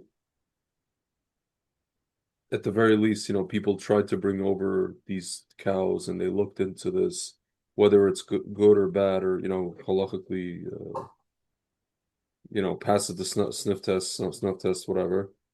And I think that it's now at least getting into the consciousness of people, for good or for bad. And the closer we get to, you know, kind of the, I hate to use the word calculation, but the kind of the years that you and I have been talking about. I mean, we're not the only ones. Rabbi Weisberg, some of these UFO guys. Actually, we're not the ones at all. We're not the ones at all. We're just what these other much more knowledgeable people are telling us. Correct. And I think that Rabbi Kessin. Yeah. No, I'm just gonna. This started with Rabbi Kessin for me. Correct. And he's the one who brought up 2027. Well, for me, Rabbi Kessin, but also it really started for me with Rabbi Winston. He brought up that. And then we heard it from Rabbi Weisberg, and then we heard from Rabbi Kessin, and then we heard it somewhere else. Rabbi Hul, and then in general, like the Rabbi, I don't know if you know Lawrence Hagiov. He mentioned the whole. I've been wanting to watch his stuff. Yeah. So much going on in my life. I can never get. But I mean, he basically cited the whole thing we saw it. You know, the thing of the 28. You saw this, right? The 28 times in a what is it called? It's called the 28 Zmanim, you know, a time for this, a time for that, a time for this, a time for that. And then so basically we're in this, you know, and he calculated how long each one of them were, and they were like certain, whatever, 200 something years. I thought that was Vilna Gaon. It's the Vilna Gaon. It is no, I'm saying he brought that out. It's a Vilna Gaon's calculation, and so basically we're like there. It's like 57, 80. It's probably like this Rosh Hashanah. Like 10, I think it was like maybe like 8 Shabbases ago. Yes, yeah. Basically, like the time for peace was when we bombed Iran. That's when that was essentially. So right now we're like, and you know, and everything we've been talking about, and well, everything that's been talked about on news, but basically like us going, you know, and it's excruciatingly slow and annoying the way it's been being done in the kind of a political arena, but like. Not annoying, it's agony. It's agony, but I think it's going to lead to us just having to take Gaza, even if we don't, you know, some of our politicians are saying only Gaza City, and somebody's saying only, you know, we don't have any even plans to rule the place. It doesn't matter. I think we're going to have to take it. Somebody wrote today, who was it? I think it was Avi Abelo, one of these commentators. He basically, or actually a friend of mine in Tzfat, he wrote, if we don't take Gaza and settle Gaza and have Jews live in Gaza, those soldiers who, you know, died in battle, 400 and some odd soldiers, will have died in vain. Giving it over, you know, administering it to like some provisional whatever, military, even our military, or someone else, or some international thing, or some like confluence of different bodies, blah, blah, blah, or some banker from the PA, like they wanted some finance guy from the Palestinian Authority. It's not acceptable. I would accept. Can I push back? Yeah. And this is going to be controversial. I would never expect anybody but me to be able to accept something like this, but I would accept an army of good old boys only. That's the only other. Who is that? American soldiers, right? Like, not to fight there, no, but like, let's say to run the joint, right? I would take that as a consolation, because if the Israelis themselves are shirking their responsibility in that place, they don't want to do it, then the only other borderline acceptable thing is to have like real Americans there. Yeah. Okay, nobody having anything to do with Obama, Yeah. right? I'm talking about like real Southern white guys. Okay, that's what I'm talking Yeah, about. no, I feel Or you. I feel you. or not. They don't have to be like literally white, Yeah. but they have to be culturally Southern white guys. You could be black. You Yeah. could look like Wesley Snipes. They, As long as you know who they have to be? You know who they have inside to your be? mind, you have these sensibilities and being American. Like you could be John Amos. You know who they have to be? You know what I mean? The guys that George, not that I'm a fan of George W. Bush, but a lot of the guys that went to Iraq for Middle America who joined up Iraq and Afghanistan, they joined up after 9/11 because whatever, they wanted to, and they believe in the Bible and in God, and they believe that it was like, so to speak, America's job, even though the politicians went, sent everybody in for stupid stuff. But right, let's just assume that soldiers went in to the Middle East believing in some sort of like godly kind of mission. And if you ever seen the movie like Put Locker or any of these movies, the soldiers that yell, "Oh, we got a Haji on your six."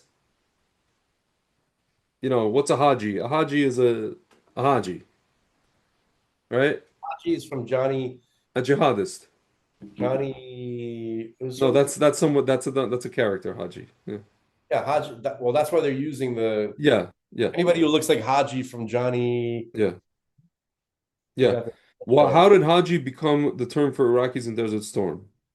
It started out of respect, not yeah. Hajj is the Arabic word for a pilgrimage to Mecca, and then they just started calling them Hajis, so listen. but it's like a derogatory term. So listen. One of the other reasons it's not because I'm an American. It's because I believe America and uh, is really a collection of the lost tribes of Israel, right? And I believe that the people in America are going to be uh, made aware of their Hebrew roots soon, right? I don't know when soon is, but relatively soon, I assume soon, within the next few years, okay? Mashiach will do it, right? But I think that, like, let's say America takes control of Gaza, right? And I'm only saying that because the retarded Israeli government is dragging its feet on it, right? Yeah. If the Israeli government was normal and said, of course we're going to take it, it's our territory, right? And just acted like anything like what they're supposed to do, then I wouldn't be saying what I'm saying, right? Yeah. And so this is like more like damage control in my mind, Yeah. Yeah. Since if the Israeli government is gonna shirk this responsibility, this could be an opportunity for it's kind of like a pre-woken consciousness, like Yeah. when somebody's they're sleeping but they're about to wake up, they're like in Yeah. between sleeping and awake. Yeah. So an American presence, non-combat. Yeah. Combat is only for the Jews. Mm-hmm. Okay. Once the combat is completed, Mm-hmm. to run the place, since Israel is abandoning its responsibility, Yeah. then perhaps it could be for the sleeping Hebrews, Yeah. to come and kind of like get their foot into the door of their homeland, Which would include Trump building Las Vegas over there. whatever, Or whatever he wants. That's not going to go the way he thinks. I know. I'm just kidding. Okay. So but yeah, so I think I just come up with a new term for America. They used to call America the sleeping giant. Yeah. I call them now the sleeping Hebrews. Yeah. Listen, however you slice it, I think that I have a weird feeling that short of that, I think that it's, in 1967, Hashem forced our hand to take or to capture certain parts of the land that we have, even there's a part that we annexed, and there's another part that we didn't annex, whatever it is, right? He always forces our hand to capture what we need to capture, And here I think it's gonna be the same thing. We're just gonna have to do it. We're just gonna have to do it. There's no, you know how you say like, oh, New York has to elect Sliwa because there's no other choice, otherwise it's just gonna Yeah. like collapse. By the way, Steve Bannon said Mamdani is gonna whatever, and he's gonna get in. I don't give a shit what Steve Bannon has to say. No. Could not care less. Not that he wants it, you know, he doesn't want it. People, you know, people might say, "Oh, how that's not nice." You know, he had your brother on. You know, all this kind of stuff. To those who might be thinking thoughts like that, I want to say, go F yourself. Go F. He did my brother a big favor by having my brother come on and teaching everyone how not to die. Yeah. So I should be grateful that he did my brother a big favor, showing to come on to explain to him and his listeners how to not die. Your brother did him a favor. Yeah, your brother did him a favor by coming on the show. And they haven't said a word in 5 years. Okay, in at least 3 years of me trying to at least promote my brother's most important message. Okay, that's it. I'm gonna, dude. You know, I was watching. I'm gonna say one quick thing about that.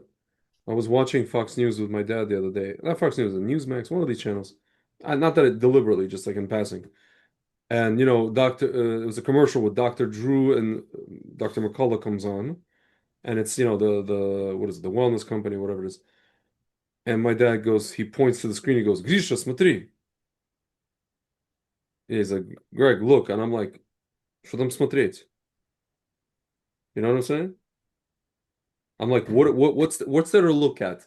They're not crediting who they're supposed to credit. Hi, we are blah blah blah, and we're selling you blah blah blah. Who invented blah blah blah? Blah blah blah blah blah. Blah blah blah. Goodbye. Okay, next. Whatever. It's just whatever. Anyway, moving along. There's a lot of reasons for me for wanting Michigan. You know what's cool, man, though? This is one of them. I can't. But this guy, Gaina Fauci, posted a video of your brother. He posted it today. Show me. Speaking about like just, you know, the stuff that we all know, Fauci, and here. This actually is a very good video. So whoever produced it is very good.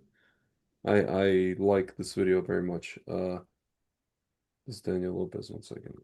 He posted it like literally today. I like that he keeps your brother in the consciousness of stuff. I wish he'd do it a little bit more often. He's kind of been slacking off on it. He did good. I think he posted it. He posted a lot of things today, actually. But he posted here. I'll find it real quick. Yeah, he posts a lot. He posts like a shitload. Wow. Yeah, they're trying to change Cracker Barrel. Ridiculous. 1 second. He posted the video. Oh, you know what? I reposted it, so I'm gonna find it on my page. Oh, look at that. Something went wrong on my page. Fantastic. Here we go. Okay. Oh, and it says it's the video, and on top it says Dr. Zelenko was right about everything he wrote. That's him writing this. Okay. Here. This is the video. The COVID-19 virus was an animal virus that was manipulated by human beings to become infectious to human beings, and then its lethality was augmented for it to be more destructive to human lung tissue and cause blood clots. The whole point of COVID-19 pandemic, and it's been very effective at it, is to create global fear. And when people are afraid, they become irrational and they become very easily manipulated. So the real pandemic here is not COVID-19, but is the global fear that is leading to an irrational course of action that is leading to the death of hundreds of thousands of people. And so in 2015, when Bill Gates in a TED lecture said that the world population needs to be reduced, and then in 2020, the same Bill Gates said 7 billion people will need to be vaccinated, one can ask a very simple question. Why would I take a vaccine for my health from a person who's advocating for world population to be reduced? It's counterintuitive.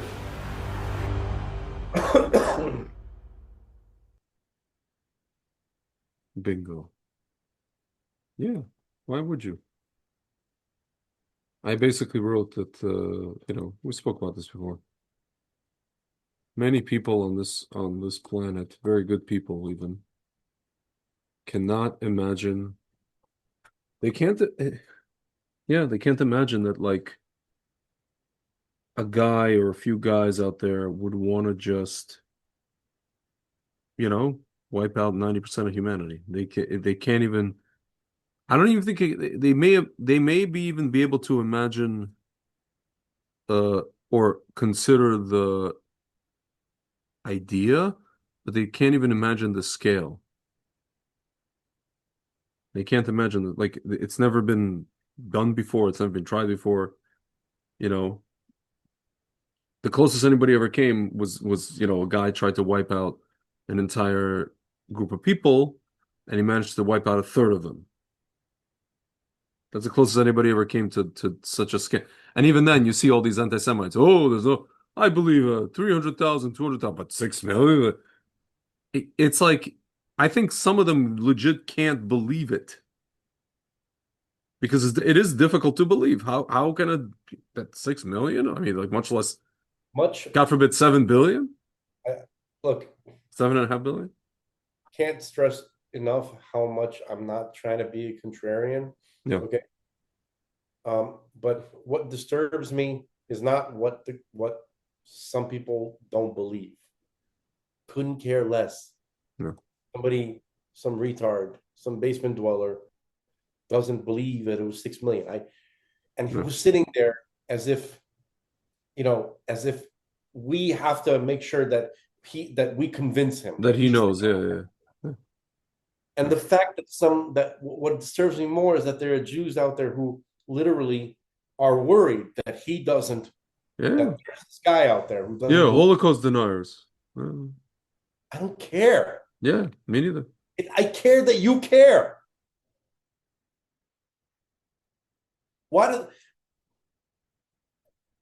These are the topics which fill me with rage at my own people.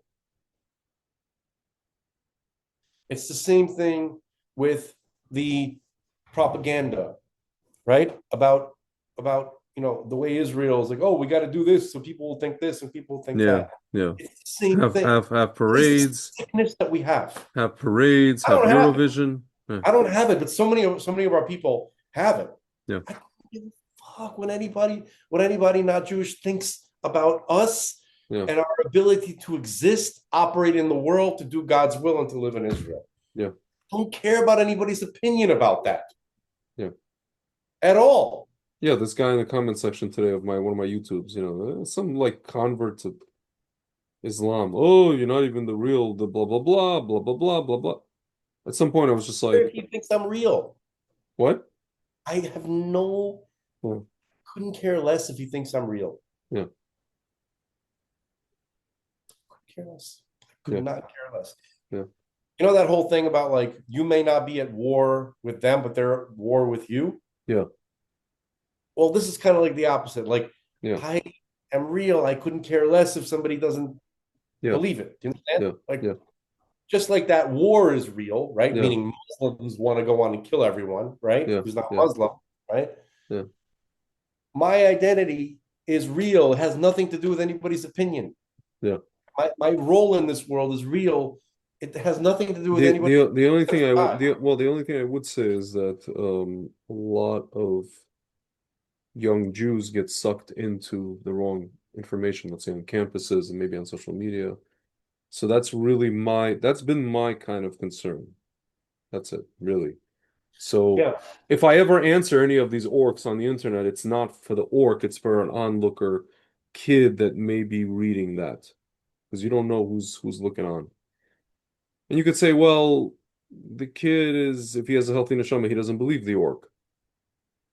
It's possible, but like, this is what I do the same thing.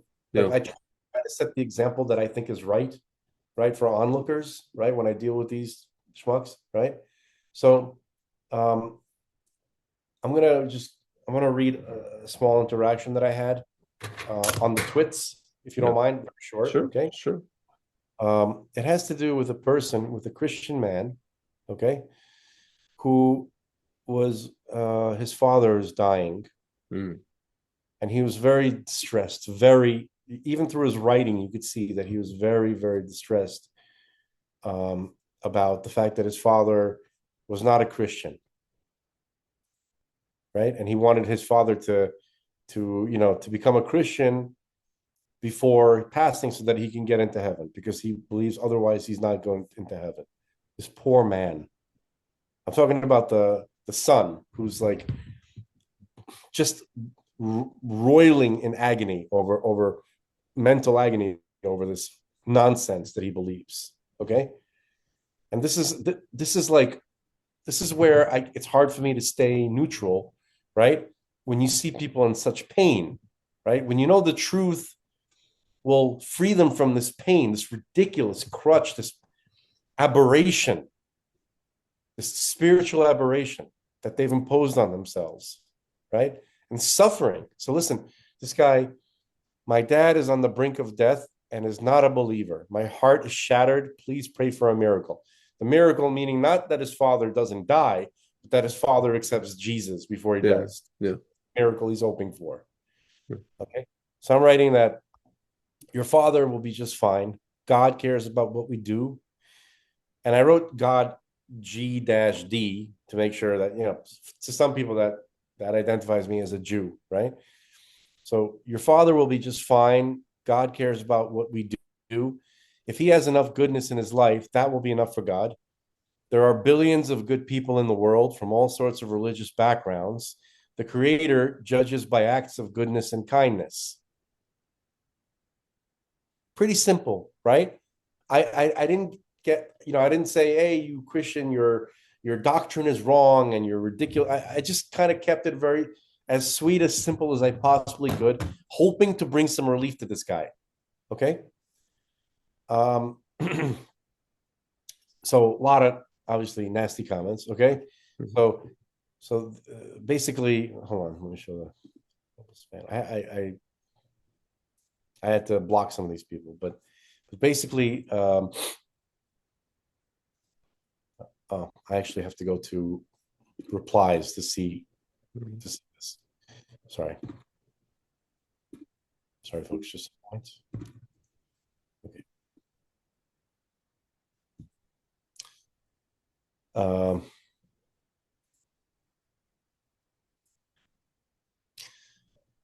Okay. So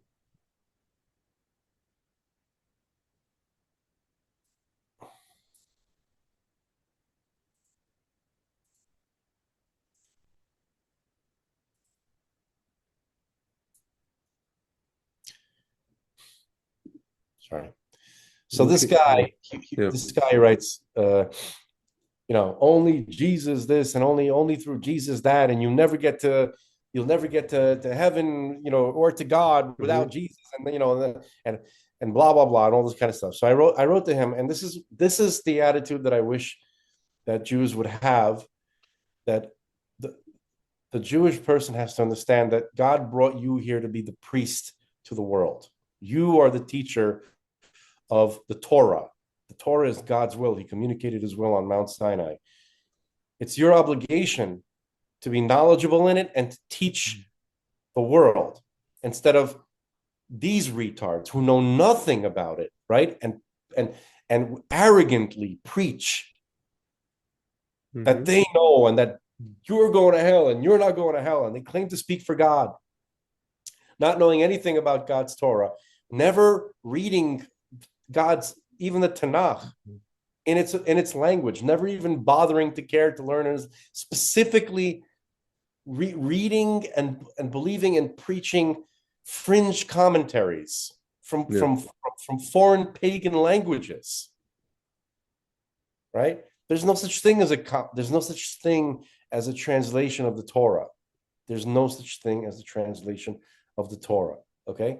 And these people don't know the first thing about anything that God wants.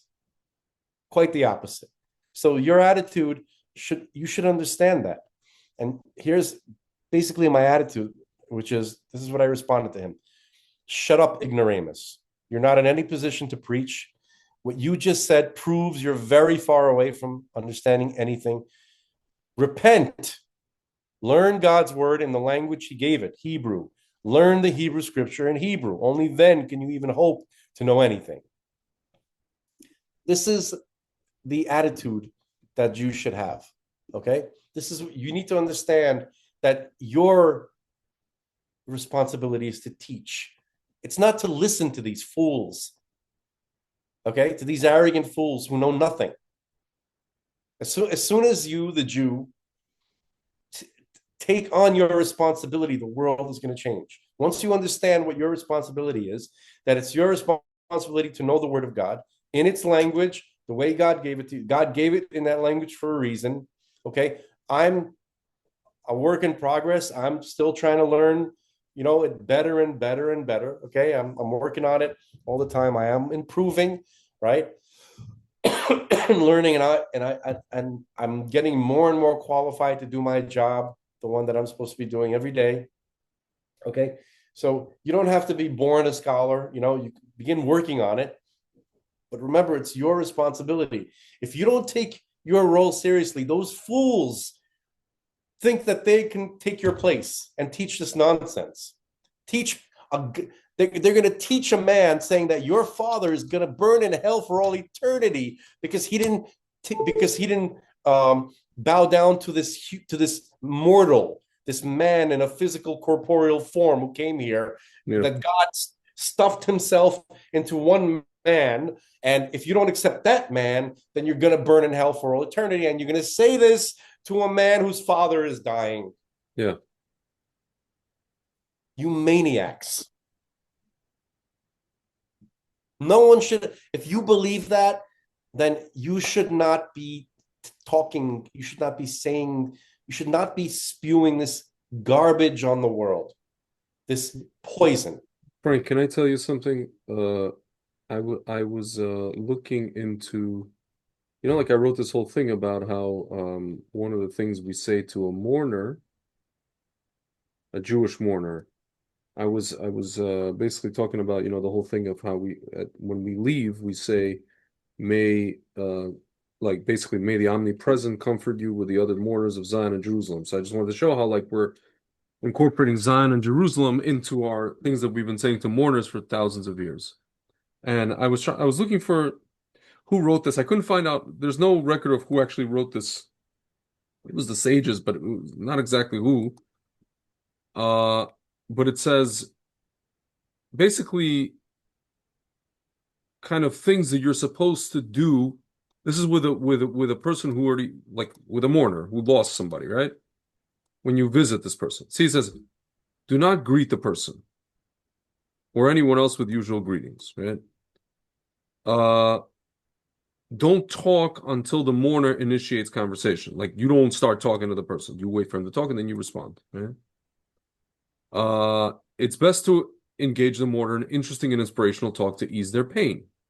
Shouldn't speak or act frivolously or joke around, fitting to relate stories, memories of the deceased, etc., etc. When speaking of the deceased, one says, Allah Shalom, a blessed memory. They should not be expected to be served any food. Okay, so that's people usually bring food. Yeah. There was another thing. There was a very specific, a social here. 1 second. It's kind of a, so you don't make faux pas. There's basically all this advice that's given to people who when you visit a person. Oh, here we go. Okay, so this is what to say. Okay, so there's all this social advice, right? A thing you definitely won't say is stuff like that. What this doofus is saying. It's not about shielding the person. It's about telling them the truth. Yeah. No, right? I hear that. I hear that.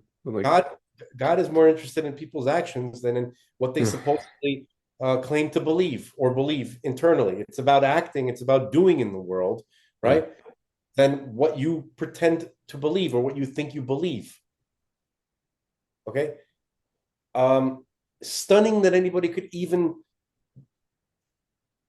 fathom going against that very basic premise of existence, of reality.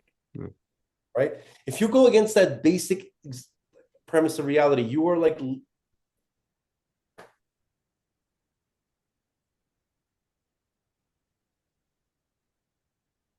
Yeah. Obviously these same type of people say that to me, about my brother. They said it shortly after he passed. These supposed, Yeah. Yeah. like if you believe a good person can go to burn in hell. First of all, you're fucked in the head. You're Like, not, it's not a Christian. your spirit, I don't consider your those people spirit. No, Christians. no, come on. Yeah. Forget about. I'm talking about like I'm speaking to individuals, right? I'm not talking Yeah. about like the Christian as some kind of like Yeah. um, abstract idea. I'm talking about individuals who call themselves Christians, right? You can. I know so many Christians who shine through the nonsense in their religion. Yeah. Okay, and somehow they don't get caught up in the evil stuff, like believing that somebody will burn in hell for all eternity. Even that alone is completely foreign to the Hebrew scripture.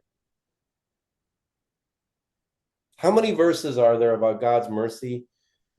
There's very, very clear verses in Psalms that God will have mercy on all of his creatures. Right? He doesn't say unless something, something, or here's the thing. He's going to have mercy. So even the whole idea of burning in hell for all eternity is 100% pagan, 100% Greek, Roman, pagan shit, garbage, refuse that found its way, that became a part of Christianity. I don't know when, I don't know where. Okay, I don't know if it was there from the beginning, added a little bit later. I don't know. Okay, nothing to do with the Hebrew scripture, nothing to do with Israel, the God of Israel, nothing to do with Abraham, Isaac, and Jacob. They would never hear or tolerate such an idea. It's one of the worst. It's the thing I hate about Christianity the most. Right? Like you're a good person, you have a beautiful soul, but you believe that garbage. I don't know. I think like there's plenty of Christians out there who know in their heart of hearts that it's complete garbage, and they just don't get into it. They just don't look at it. They're like, all right, whatever. Religion isn't perfect. I don't personally believe this, but I'm not gonna fight with the freaks in my church about this, because that's exactly who are the ones who harp on this particular aspect of religion, are the freaks, the evil freaks, because you have to be evil to you have to lack the intuition of a good soul to understand that something like that is perverted and evil. Okay, and there's plenty of Christians who the beauty of their soul shines through that clip-up. Okay, and they just don't want to get into it. That's my feeling. That's kind of been my experience. Yeah.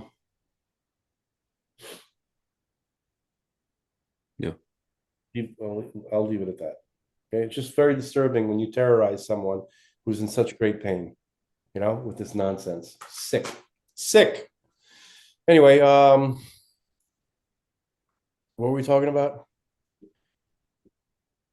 Should we talk about sluts? Oh my God. No, what I was gonna say was we were talking off camera. We were talking off camera before before we got started recording about the whole thing of just getting things done and being the nice guy in situations, and then when you assert yourself, then you know people don't like that and things kind of unravel. So we were both agreeing that it's better just to be right off the bat, just like, the not so nice guy right off the bat. But to be honest with you, I don't even think it's like I don't even think you need to be the not so nice guy. You could just be just the guy that, I'll give you an example, dude. Like I noticed in a lot of the business world, especially in our community, there's this thing called highballing. Like when there's like a service somebody provides, right? And you ask them, okay, so how much are you going to charge for that? I noticed that like there's a lot of people that feel very, very comfortable charging some like egregious fee for some kind of service, and they have no shame about it. And I feel like I'm like one of these people. I always have a problem charging someone or quoting someone even an unfairly high fee, right? But then I realized that it's kind of like with these people that we just spoke about, the people that come at us, like Jew haters, right? The person doesn't know you from Adam, right? He's not your friend, uh, and it could go one of two ways. Either you charge them a high fee, right? And then you provide them whatever service you're going to provide, right? And then they like this, or let's say they don't like the service or they don't find it commensurate with the fee you charge. Okay, so you made a lot of money, you did the work, and you're never going to see them again. You're not going to speak to them again. Or it'll be commensurate with the fee you charge them, and they're going to hire you again for the same fee or whatever, maybe even more, right? Now you could say, well, Tzvi, well, what if they come and they do some kind of a Yelp review or just that, the word of mouth, they tell people, well, this guy charged me a lot and he didn't do any work and he did crappy work and blah, blah, blah. Okay. So you'll just be another guy that people talk smack about.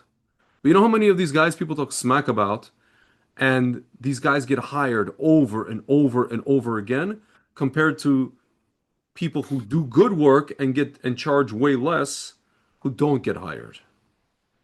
You know how many shitty guys in different industries in the Jewish world I've seen get hired and become the guy who do, a lot of people think that they do mediocre or shitty work in whatever field, and no one understands how this guy makes bank. You know why he makes bank? Because he doesn't give a shit what anybody thinks. Like you said, I don't care what this guy thinks of whatever. They don't care what you think. They've created a perception of an aura. You know what I'm saying? This is why they get hired for the thing. Dude, my business partner is one of the top watched, uh, you know, or known people in the wine and spirits world, in the kosher world, right? But here we go, right? Some guy comes along. I'm not going to say his name or the name that he uses or some like branding that he made. And my partner was shocked to find out that there was some company that made it like events that was going to hire that guy. But why were they going to hire that guy, or why did they hire that guy? They didn't hire them this time, they hired them the next time, or the next two times, the next three times. Why? Because the guy came in like a bat out of hell. Yeah, and with a bunch of bells and whistles and very much self-assured, like my mother likes to say in Russian, уверенный в себе. Like you say, очень уверенный в себе, believes in himself almost too much, right? Peacocking, as we say. And these are the guys that get hired for egregious fees, and they do nothing. It's like a facade. It's like much ado about nothing. The substance ain't there, but it's all like, fancy signs and fancy this and fancy, confetti and fucking, pardon my language, and I don't know, champagne flutes and whatever, right? And this is who makes money. This is who makes money. The freaking guy you saw on Family Guy, the volcano insurance salesman with the suit that looks like you're gonna get an epileptic seizure. That's who makes money. I'm not saying we should become like that, but like, you know what? It's time for some chutzpah. Because you know what? Nobody cares. We're not supposed to be friends with these people. We're not supposed to be hanging out with them. We're not supposed to be getting a beer with them. It's business. And yeah, if you especially if you're good, you know what Joker used to say? If you're good at something, never do it for free. If you're really freaking good, and I even caught myself today. I was talking to whatever, I'm supposed to do a project, and I'm doing it like a friend of mine is like hiring me for his whatever he's doing. And I literally said to him, dude, because I know him for a long time, and I said, I have a problem. I never know how much to ask for something like this, like it's like a finder's fee. And then he told me, listen, you'll be taken care of, right?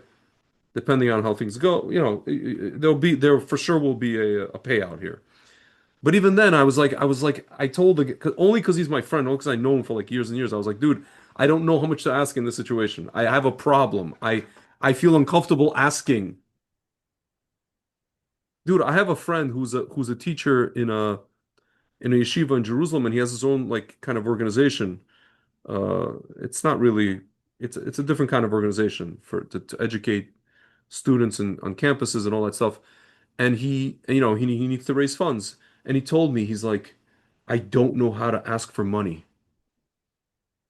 He's a Torah scholar, he's an activist, he's a this, he's a that, but he's just like, I have no idea how to the mechanics of asking people for money to justify what I do, vis-a-vis what I'm supposed to. He's like, I don't know how to quantify. Speaking of quantifying, I don't know how to quantify what I do.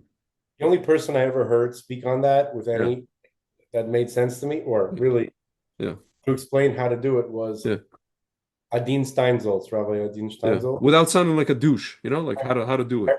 Right. No, I heard him like he would have to go around raise money for his yeshiva. Yeah. These rabbis have to do to keep their lights on, and you have to go around to raise money because nobody could really afford tuition, like they have to come up, figure out a way to keep the place open, pay everybody who works there. Yep.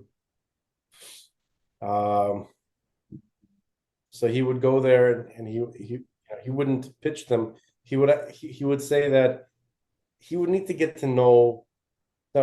Like sometimes he would go to a businessman and the businessman goes, all right, I've been through this rodeo before. Mm-hmm. It's not my first rodeo. How much do you need? So Rabbi Steinsaltz said to him, let's not talk about like I need to. He goes, don't worry about how much I need. I need to get your soul. Once I know your soul, then I'll get whatever I need. You know what I mean? Like how much should be the check for? He goes, I don't need you for a check. I need your soul hooked into my yeshiva. Yeah. So it's like you have to make him part of the yeshiva. Yeah. You don't just take a check to keep the yeshiva open for like a month or something like that. Sure. Gather the souls of the yeshiva. Yeah. Operational. Yeah. Long term. Sure. So now the question is how to apply that to something where you're providing like a service or it's a business and it's not so much, religious. I mean, it may have elements, but like it's the same thing. You have to believe in your product just like Adin Steinsaltz believed in his undertaking. Yeah. Yeah. So, I mean, that's, by the way, just to talk about like personality types, right?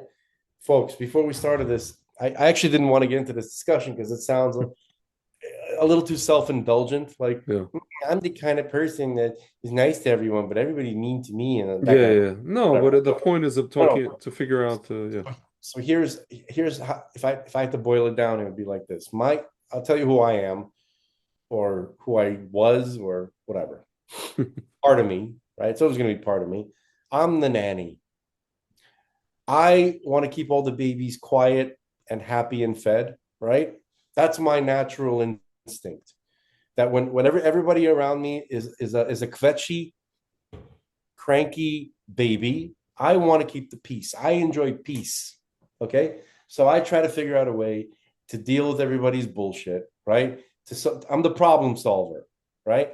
I'm spending all my energy, getting this person to calm down, getting this person not to be, everybody's me, right? Everyone. And then somebody has to kind of like herd the cats, so to speak, corral the kittens, so to speak. Okay. That's been usually my job.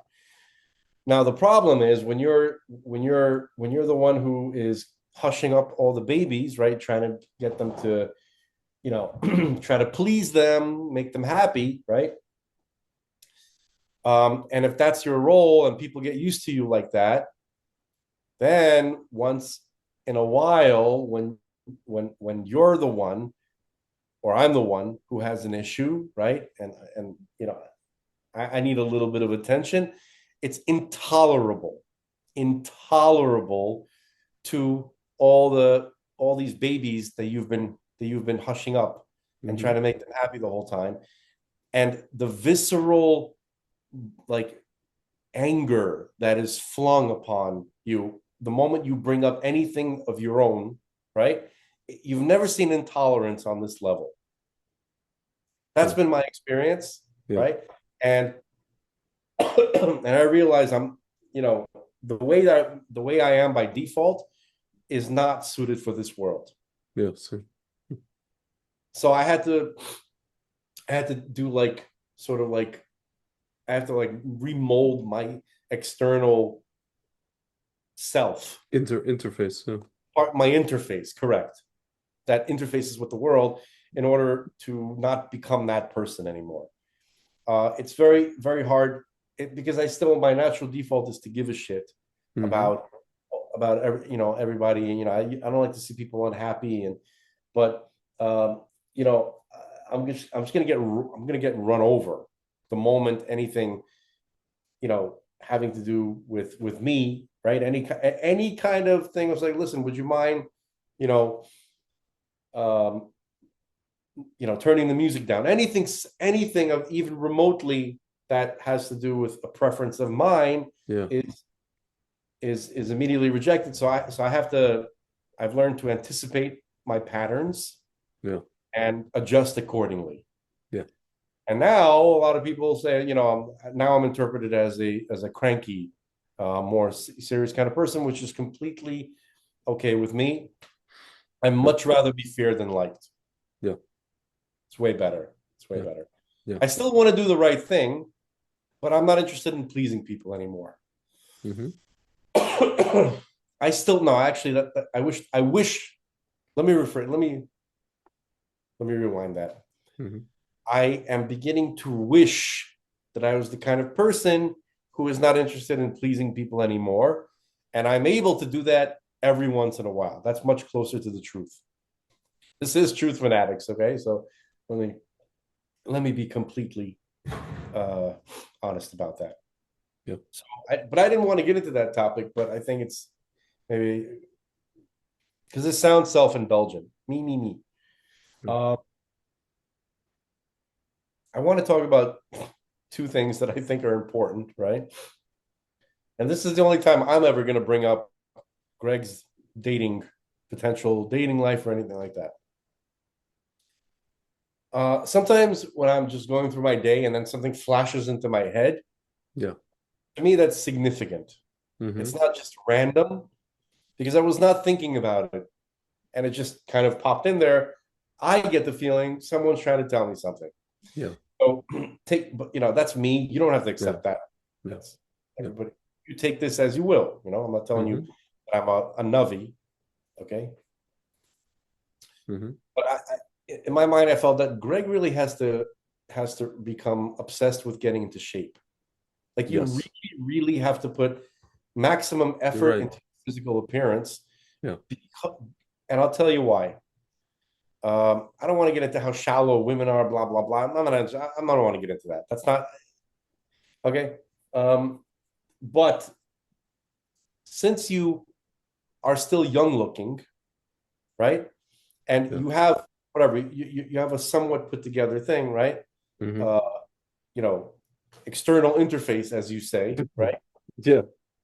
You really have to milk that for what it is. Because if you get into like, really, really like ripped shape, I'm not talking about Yeah. like, I'm talking about like Bruce Lee ripped. Do you, Like, do you know what the community of you got to be in better shape. I'm sorry, you got to be in yeah. better shape than Pete Hegseth. You know what they call it today? The community of the it's not even the red pill guys. It's like the you know the guys who do the mewing, mewing, you know what that is? Oh yeah. They call it looks maxing. One Looks thing you got to get maxing. into the mewing because whatever. No, no, not mewing. I'm talking about looks maxing as in like you have to yeah, like you have to like everything has to be like I'm doing it as we speak. yeah, whatever the hell that. Yeah, it's just yeah. Oh, dude, I have a friend. Apparently, there's a term because I'm whatever, I'm 6'2", so I have a friend that tells me, dude, you know that I don't get it. There's like these short Ashkenazi bald Jewish guys who are married, and I see you in photos and you mog all of them. What is mog? You like mog is when you're in a photo with a guy who's shorter than you and you literally like tower over the person. It's called Dude, mogging. dude, if you actually built up your physique, Yeah. right? And you are not. I Your did that in my physique is not 20s. built. I know. No, you have to go past your 20s. Like you Yeah. have to improve on that. I'm talking about like serious. Yeah. You could have a King Saul persona. King Shaul. Remember how he's described, right? Yeah. Tallest, the tallest, most regal looking man in Israel, right? And there's even the Torah, the Tanakh Yeah. literally records a conversation of a girl trying to keep King Saul talking just because she wanted to keep the conversation going because he was Yeah. so charming and handsome and tall and all that kind of stuff, just to tell you what he was like. Okay. So you gotta do it. You gotta. Do you know what do you know what Lowell wrote today If in you one of want to the have kids, if you want to have a family, for God's sake, get rid of Frank, you know what Lowell wrote in one of his like very cumbersome emails that are difficult to read, but I somehow was able to fish this out of one of his emails. He wrote the following. I don't even know where this came from. It's like very random. Greg/Zvi. Hold on. Like, just hold the fort. Your capital YOUR soccer mom by day, Lilith nymphomaniac, well-trained in Tantra and Kama Sutra, glorious Geisha, and the Jedi arts, dream of every normal guy, He goes a little too far, I think. Well, will appear sooner than you think. Remember what Mae West said. Mae West, like some actress from like whenever the I 50s. know. But Come when on. I Well, she said she's like, come up and see me no no sometime. no no no, she said when no, he writes the following. He goes, "When I'm good, I'm very good. When I'm bad, I'm better." It's from a movie. Yeah. Hashem will send her, yes, your quote, she who must be obeyed. They are all like that, like parentheses, to you, to you. That's it. And then he posted a video from Mae West and Edith Piaf, Gladiator, and Kelly Clarkson. And then that's it. And then there's a bunch of links on X that he posts. I don't know. I don't know where this came from. This is before you messaged me with that random thing that you said. This morning. It was very funny. I was like, this is just bizarre. What he's Yeah, writing to me. it was bizarre. But yeah, so because you need a woman of childbearing age, right, who wants to bear children, Yeah. and you're not physically of the description of the type of people that we're about to see. Who I saw this video on YouTube, right? Hmm. And it was about you know Hollywood celebrities, right? Actors who like Archie Bunker Yeah. and looked ancient but it's shocking how old these people were. Yeah, they were like 40. Yeah, so It's like insane. you gotta see Ed Asner. Yeah. Hold on, let me send this to you, Yeah. and then you can find it like on the computer. So The only celebrity I know of who's like looks younger than his age is what's his name? The Frudio DiCaprio. Yeah, Ed Asner, man. He was like, all right, so can you just do a YouTube search? Why did classic TV actors look so old? Why did classic TV actors look so old? That's the title. yeah. Probably get it. Got it? Yeah, and I see Upworthy. There's like a link. The the TV Guessomatic 1 second. is the channel. Oh, here we go. Yeah, I see it. It's a short video. You want to play it? Like Yeah. I'll play it. 5 minutes. 5 minutes. That's long. All right. It's crazy though. 55 years old today. All right, classic TV fans, let's delve into a mystery that's been bugging me for a while. Walter, at my age, why do I have to have another birthday? Why did classic TV stars look so much older than people the same age today? It's crazy. Carol O'Connor then was 10 years younger than Paul Rudd now. And does this blow your mind?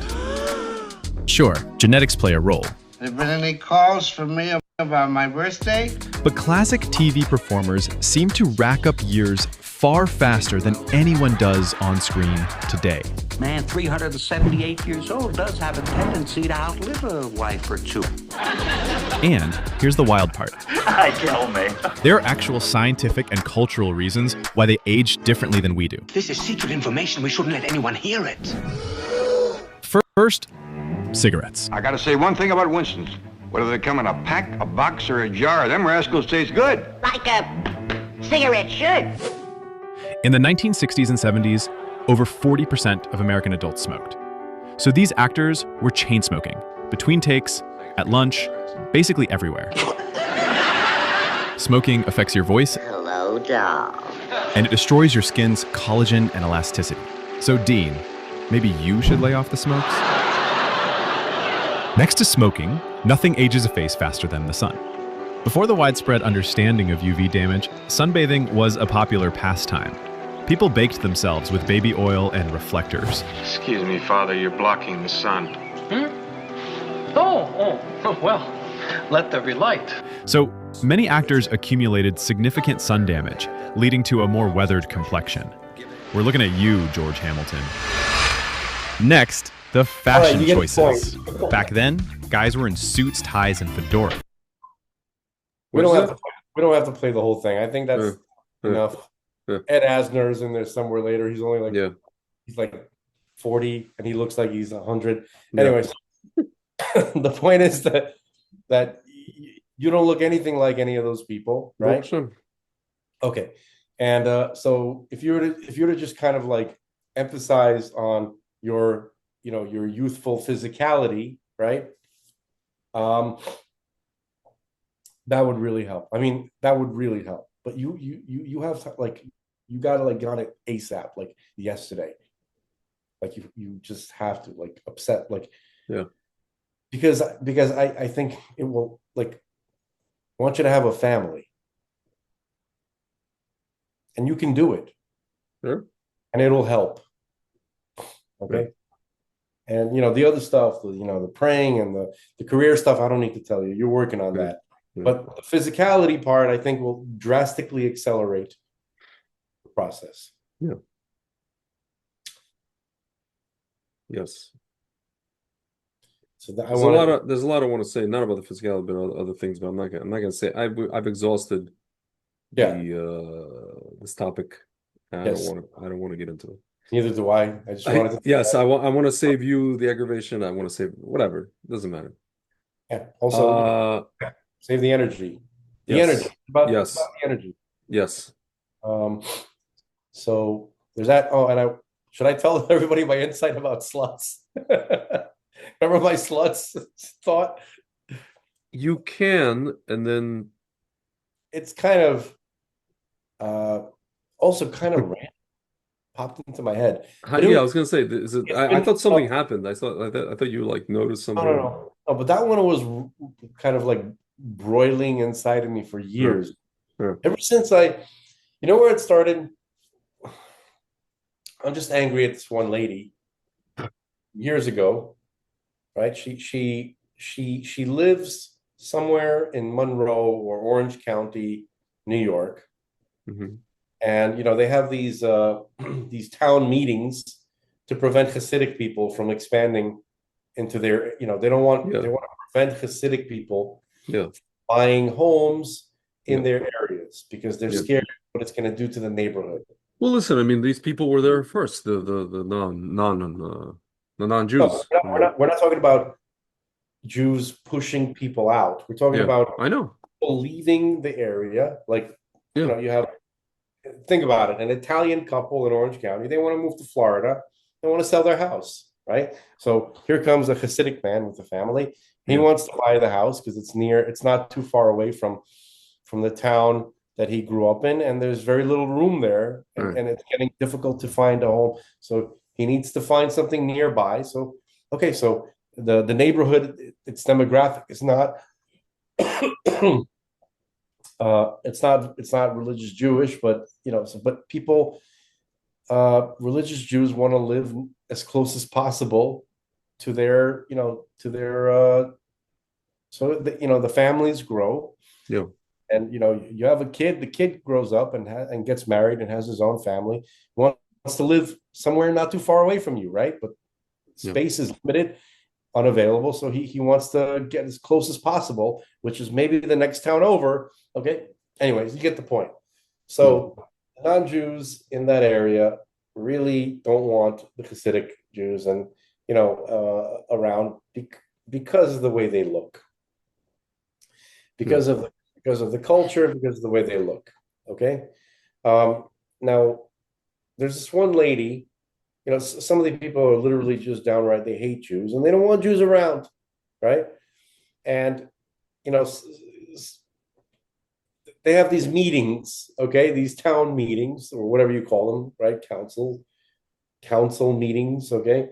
This one lady's like, look, I grew up in a town, it was nice, yet you saw beautiful people walking around, there were dance studios.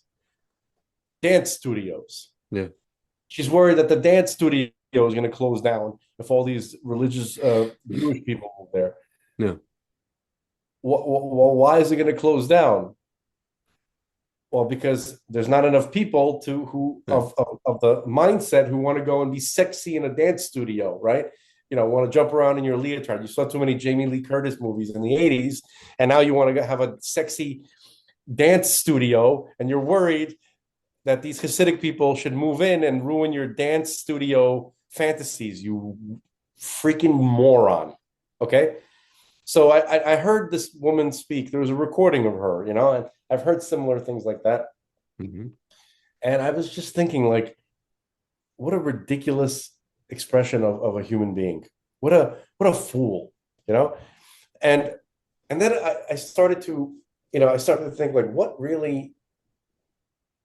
why did she bring up, what am I doing? Thumbs up. So it's like, right. No, there we go. That's funny. But see if I can create the balloons. Okay. What's really her problem? Like, she's an anti-Semite, but she's a certain brand of anti-Semite.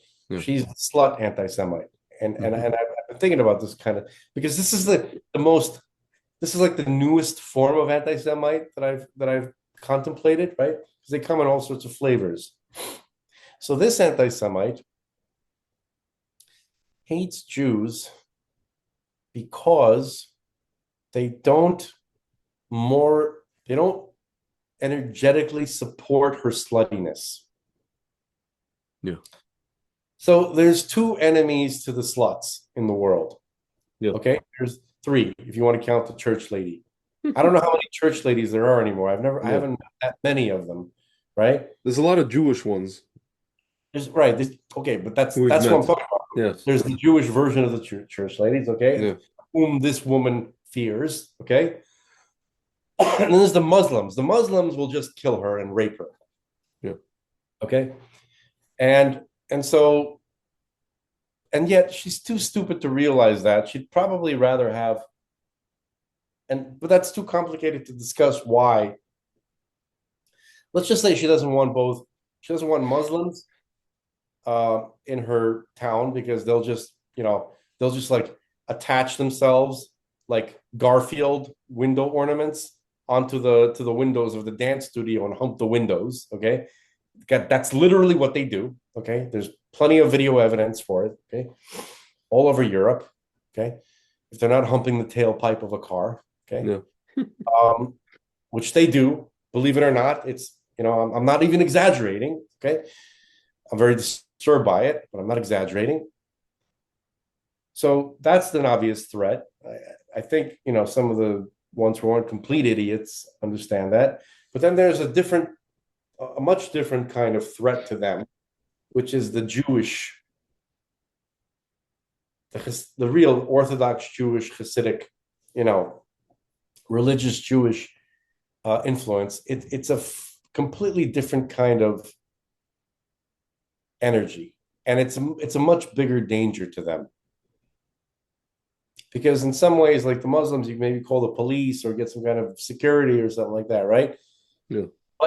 But they, but the Muslims, they act so ridiculous that there's nothing, they're not offering any moral clarity. Yeah. That threatens. Yeah. The mindset of the slut. It's easily dismissible. Yeah, it's so cartoonishly violent and brutish and evil. Yeah. And it's obviously, just get rid of these maniac. Yeah, these guys are like troglodytes. But the Hasidic guy or woman walking around, he'll give a disapproving look. Yeah. He'll never come near. He'll never lay a hand. Yeah. They're not violent. We're not going to pass legislation. We're not going to pass legislation, but we will disapprove internally. Yeah. And at worst, we're going to post, like in the neighborhood of Mea Sharm in Israel, they have they call it pashkavils, like notices on the wall. Yeah. Please respect this neighborhood, dress accordingly. I mean, is something going to happen to you? They'll yell at you. There's something. Shabbos. Blah, blah, blah. Is there like a law in the books? Not really. No physical harm will come to you. Yeah. You might get a couple of nasty comments. Yeah. Right? Not physically threatening comments. No. Just sort of like, oh, you hussy or something like that. Yeah. Right?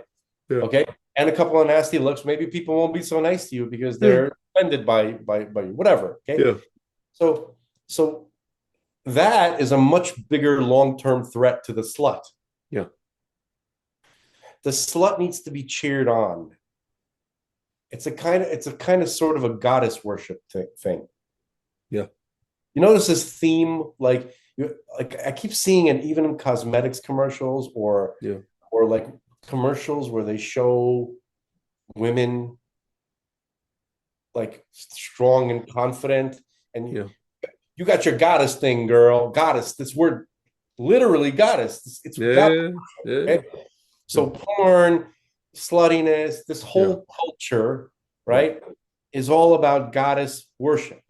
Yeah. So this woman was really upset that because of all things that she could talk about and complain of why Hasidic Jews shouldn't come into the neighborhood, she couldn't think of what came out of her was the dance studio.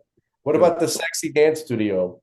We're going to be all sexy and slutty, right? And it's not going to be the right environment for that kind of thing that I grew up with, and I treasure my goddess worshiping dance studio. Yeah, paganism. Okay, yeah. I'm just kind of fleshing out what's really going on. Yeah. Okay? So like most things, female, right? It needs acceptance and support. Yeah. Women, there's something I've noticed. This is my own personal experience. Women need to seek the approval of everyone. Society, they need the approval of society. They need the approval, right? Other women, society, other women, and men, perhaps their parents. Yeah. And even yes, men, even though they don't want to, they don't want to. Dude, They don't there's need, a no, they don't need male approval. These women need male worship. They dude, need there was a song by Madonna. Papa Don't Preach. right. Papa don't preach. Exactly. Papa Don't Preach. Right. I'm And in trouble. who was Papa? Freaking Danny Aiello of all Cause people. I made up my mind. Right. She needs her bullshit, horrible life choices to be Yeah. approved, Yeah. to not be overly judged. Yeah. Remember when Pat Benatar got kicked out of her house? Yeah. Out in Love is the Battlefield? Yeah. She probably deserved it. Okay. Yeah. Anyway, Dude, listen to these lyrics. Yeah. growing up is realizing Pat Benatar probably deserved to get thrown out of her house. Yeah. Okay. Listen to these lyrics. Papa, I know you're going to be upset because I was always your little girl, but you should know by now I'm not a baby. You always taught me right from wrong. I need your help, Daddy. Please be strong. I may be young at heart, but I know what I'm saying. The one you warned me all about, the one you said I could do without, we're an awful mess, and I don't mean maybe, please. Papa, don't preach. I'm in trouble. Deep, Papa, don't preach. I've been losing sleep, but I made up my mind. I'm keeping my baby. I'm gonna keep my baby. He says that he's gonna. I was just talking about a boyfriend. He says that he's gonna marry me, and we can raise a little family. Maybe we'll be all right. It's a sacrifice. Papa, but my friends keep telling me to give it up, saying I'm too young. I ought to live it up. What I need right now is some good advice, please, Papa. And then it goes on. Like, yeah. It's like, what does she care? You know, it's like, there you go. Okay. So anyway, in conclusion, sluts need the approval of slut culture. Okay. Basically they need to be worshipped at the goddess temple, right? And that's essentially what it's about. That's probably the root of pagan goddess worship. Okay. Yeah. You know, they even I've seen expressions of this even like in modern movies. Like I remember in Pirates of the Caribbean, I think you told me you've never seen any of them, right? I never see it in full. Yeah. So there's the goddess Calypso, right? She's literally just the goddess Calypso. Yeah. One of the cast members. Yeah. And the Dutchman, right? Like that Davy Jones, whatever, that ghost ship that's supposed to usher people into the next world, right? Yeah. Right? Like basically the goddess is the one who chooses the crew and the captain of the ship, right? This is a theme in the song, right? Yeah. And but the promise is that Calypso, that he does the work, and this is the mythology, and she shows up once a year and they're together, or once every 10 years. Sorry. Once every 10 years, after 10 years of hard work of ushering souls of the dead to the netherworld, right? The captain of the ship gets to be with Calypso, his love, once every 10 years, right? And in the movie, she didn't show up. He was mad. He was angry. He was like the main, I forgot whatever, in the first movie, right? He was the villain of the movie, but in the end, we find out he was real mad that she never showed up. She betrayed him. And he's like, why? And she goes, it is my way, with a accent. Yeah. That's goddess worship. It's like whatever she wants. Like, you know what I mean? That's the whole cuck thing. That's goddess worship. Yeah. Goddess worship needs to die hard. It died in ancient times, it needs to die hard now. Yeah. Like, die hard. Yeah. You know? With a vengeance. A vengeance. Okay. The whole thing about the death of the Edomite kings, right? And the Olam Tohu is all about that. That's like anyway. Yeah. All the catastrophes from all the prior worlds, the worlds of chaos. It was all about fixing that part. Anyway. Yeah. That's why sluts don't like Hasidic guys. All I can tell you is, man, I remember when I became religious. I'm talking about real Hasidic guys. Yeah. But I'm saying, like, I even when I became religious, and I remember I was living in Israel, and I remember like it was really funny. Uh, there was, these groups that would come in on Israel trips, from Brooklyn, like the organization that I was a part of. So I would join like the trips. I would link up with the trips sometimes. I was living in Jerusalem, and one time I linked up with one of the groups. I met them in Tiberias, and they were on, like those boats on it's like those night boats on the Kinneret on Lake Tiberias. And I was on one of the boats, and it's like, it's like they're having a part. There's a DJ, whatever it is, and I was like in yeshiva. I just started in yeshiva, and this girl, I think she was like Kafkazi or Buharian. I don't remember what she was. She came up. I guess she kind of grew up going to a Jewish school. She came up to me and she was like, "You're too cool to be religious." I didn't know what to make of that, but I realized like what she basically was saying that like why would I join nerds? Like why would I go from like being one of these guys that like, used to be a DJ, used to go to this is back before like everybody when their grandmother wanted to be a DJ. We're talking like 2012, 2011. And why would I join supposedly, well, a group of people who are thought of, at least in New York, they're thought of as nerds. It's interesting because in Israel they're not thought. I mean, there is a nerd sector in Israel, but there's also a whole sector that serves in the army. You know, who looks like what you're talking about. Like jacked, right? But also religious. So that's kind of what I was going for. Yeah. And I told her I'm like I literally I think at one point I was just like I'm too cool not to be.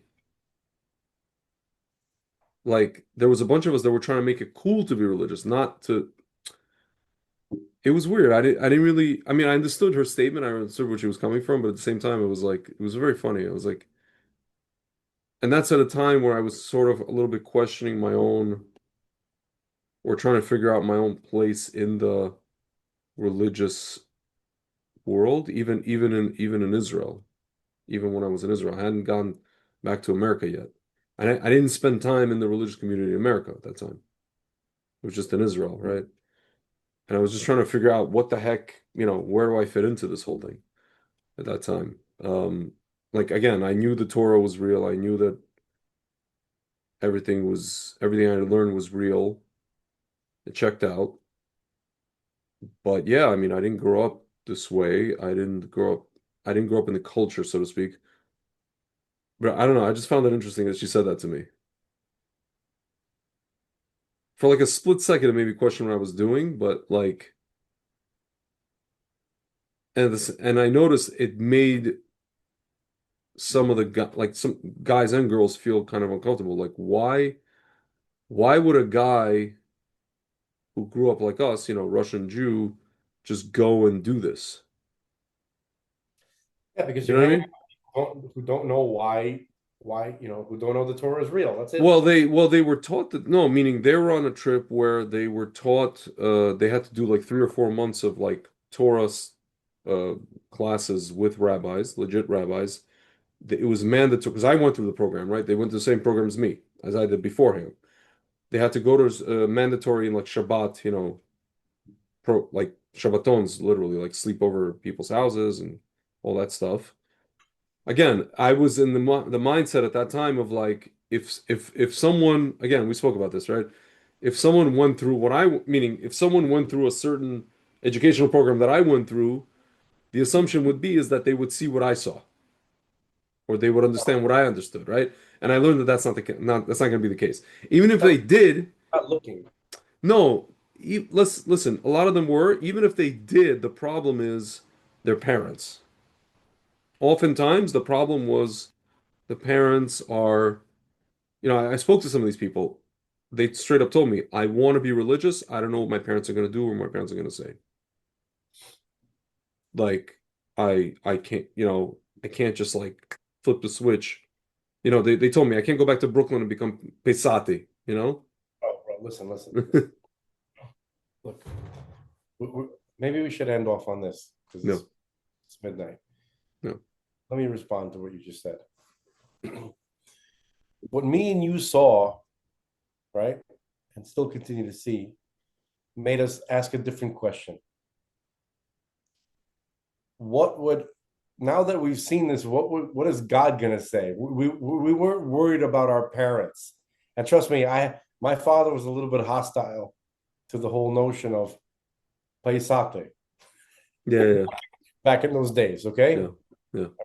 so I had what to worry about, probably more than whatever. Okay, Yeah.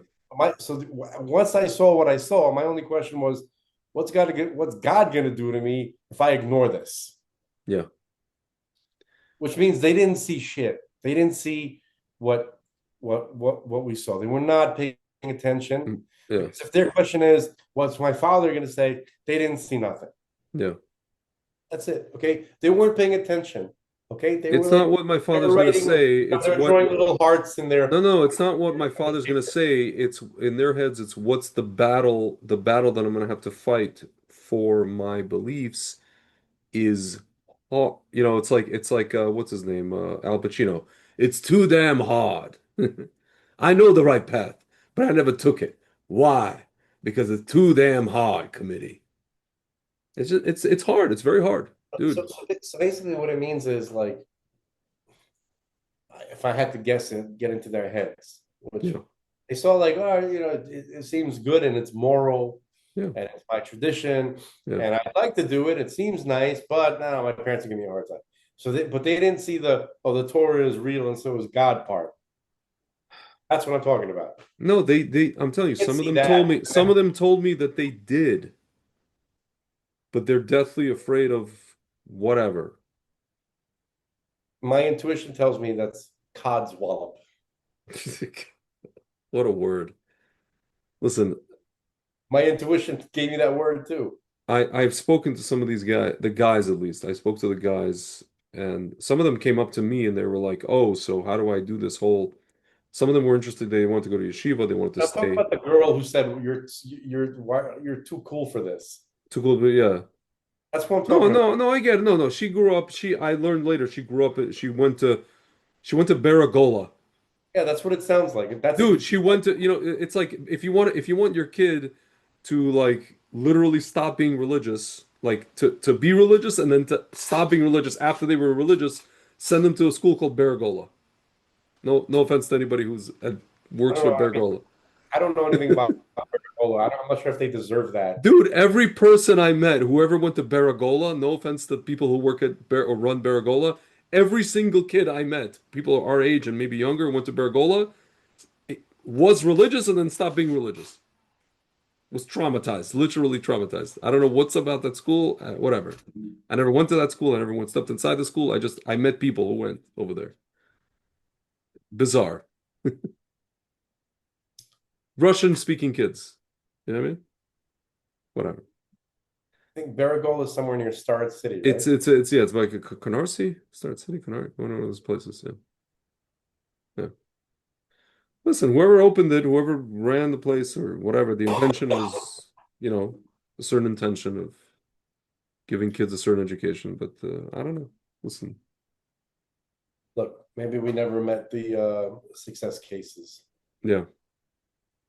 So I don't know. But my point is that the girl that said that to you, that's who we're talking about. Yeah. No, I get it. So I feel like there's like a major topic that oh yeah, UFOs. Dude, UFO, if you want to, I'm telling you, dude, it's one of those things. I know you give me a hard time. Why don't you just let me tell you the one thing quickly that I wanted to mention rather than tell me how you feel? I know. No, before you say, I just want to tell the folks at home, when, the best analogy I can give is when the Ukraine and Russia war started, and, this is when my mom still gave a crap about Zelensky and Ukraine and blah, blah, blah, or like whatever was on his side. I kept telling her, I'm like, I know you want me to care as much as you care or to feel what you feel, and I'm desperately trying, but nothing's happening. No, no, that is not appropriate to say to me. Why? I know how you feel. I'm Yeah. not trying to get you to feel any way I know about it. you're not trying to get me, but I'm saying like I actually want to because I understand the meaning I understand conceptually the importance of it and the connection of it to Mashiach and everything that's going on, but it's killing me. It's precisely why it's killing me even more because like I go on every day I go on X, right? And I see these updates from different accounts that talk about this topic, right? And it's always like this guy, some podcast, right? This guy saw something, we saw something there, we saw something here. And then every time you see a video, we spoke about why it's the case. It's I don't have any great. of this. I don't have, see, I'm trying to coach you. I Yeah. don't have any of these issues because I've been, this is an old rodeo to me, Yeah. right? No, I get it. So I can see immediately who's full of shit and who, No, no, I what might be understand. interesting to look at. It's not even about that. It's about whether they full of shit or not. It's always, like, even if the claims are legitimate, right? Dude, you know what I want? I'll tell you what I want. I'll tell you what I want, but I really, I I know want, what you want, and I'm giving you I how. want one of two things. I either want a 4K video, I wouldn't even or expect 4K video. you wouldn't even what? That's not enough for me. Okay, that's what I want at least. Or if you're not going to show me a 4K video, play for me an audio of a skiff. I know it's not going to happen. No, you Anything, don't. dude, No, anything besides that. Dude, they're writing about, oh, we're going to have another hearing in September or whatever, 2nd, September man, 9th. we could have been done with this if you just let me Dude, say what you could have been done. We could have been done with this by whenever now. I read these things, I'm just like this. Like, whatever. Okay, I know. I'm not even. I get it. Okay, can you please go to can you please go to UAP James? Sure. Honestly, like if you boil things down, right? Yeah. I wouldn't look at anybody on Twitter at all except for UAP James. Not because he's something special. He kind of whatever. Yeah. UAP James, okay? Yeah, I'm there. All right. Okay. And or Jesse Michaels. Okay. I'm there. Those are the two interesting. What am I looking for? Okay, can you the Avi can you put it up? Can you share it so I'll find the one that that's the one. Which one? The first one? Yeah. Hubble telescope? Loeb.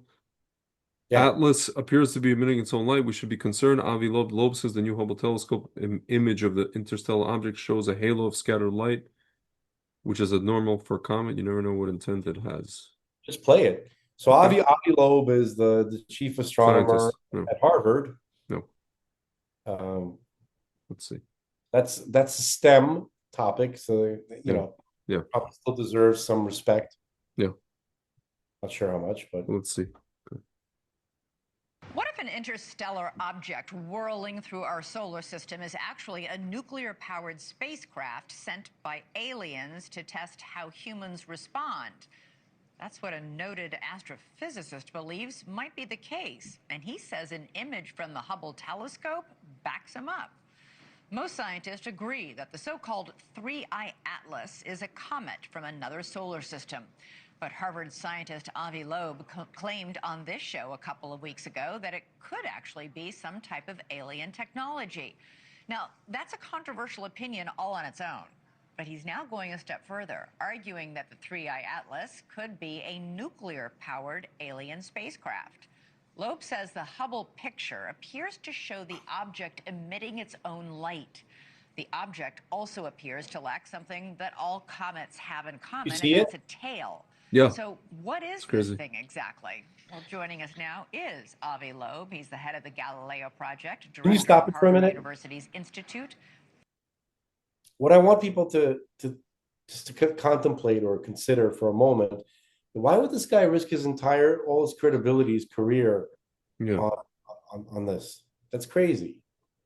So That's it's a little wacky, yeah. okay. So, I know Harvard is Harvard, but still, I mean, Harvard science is still supposed to be good, Yeah.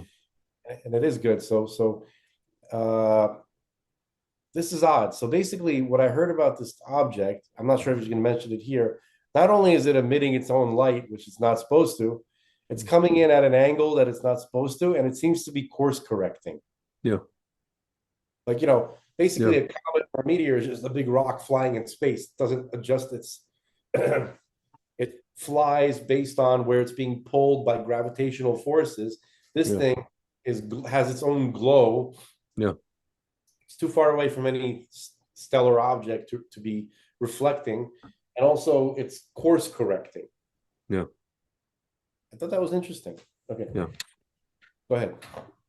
For theory and computation. He's also the best-selling author of the book Extraterrestrial.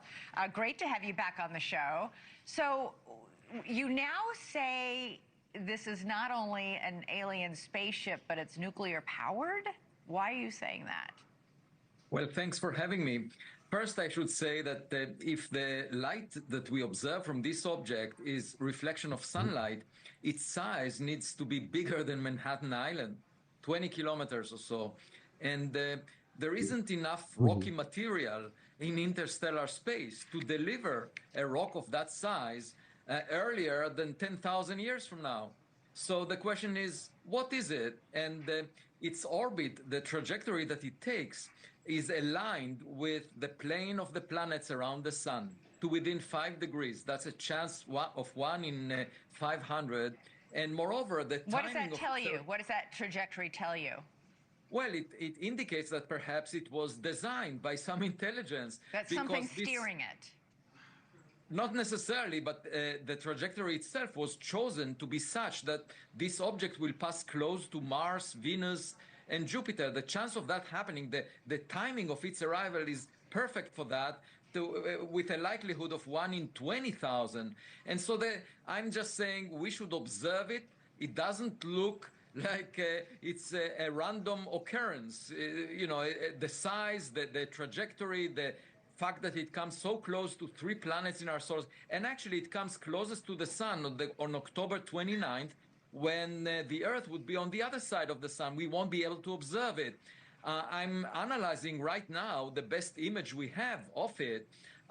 We don't have any evidence for gas around it in the spectrum that was taken, but we do see some fuzz, some halo of scattered light around it in front of it. We're looking at the image now. What does that tell you, that halo of light around it? Right. So usually for comets, you see a cometary tail trailing the objects from behind because it's being pushed by the radiation from the sun. The dust particles are pushed to be behind, to lag behind the object. In this case, what we are seeing is a glow in front of the object. And I'm analyzing first, if this is caused by dust. The amount of dust is very little. Over 6 months, the amount of dust that will be ablated from the object to generate this glow is just less than a millimeter thick. So it could be just dirt on a solid surface of such an object. And the question is, what is the nature of this object? Of course, as it gets closer to the sun, we would get a better view of it. And we could use spacecraft like Juno next to Jupiter. I spoke about it with Congresswoman Anna Paulina Luna. She called me on the phone and I gave her an update about the object. And she encouraged in a formal letter she wrote to the head of NASA, Sean Duffy, the Secretary of Transportation, to encouraging NASA to use Juno, which is next to Jupiter, to come close to 3I Atlas when it will get there on March 16th, 2026. So Juno could gather some data, take some pictures of this thing? Yes, but also a camera that is next to Mars, because this object will come very close to Mars as well on October 3rd, 2025, and it will be within a distance of 29 million kilometers from Mars. And there is a 0.5 meter camera that is currently used to watch Mars itself. But I encourage the team that operates it to look at 3I Atlas, and they can get a pixel resolution of 30 kilometers. around this object, so we can get a better Right. sense of what the nucleus of this object is. And super quick, Avi, is there any reason to be concerned about this?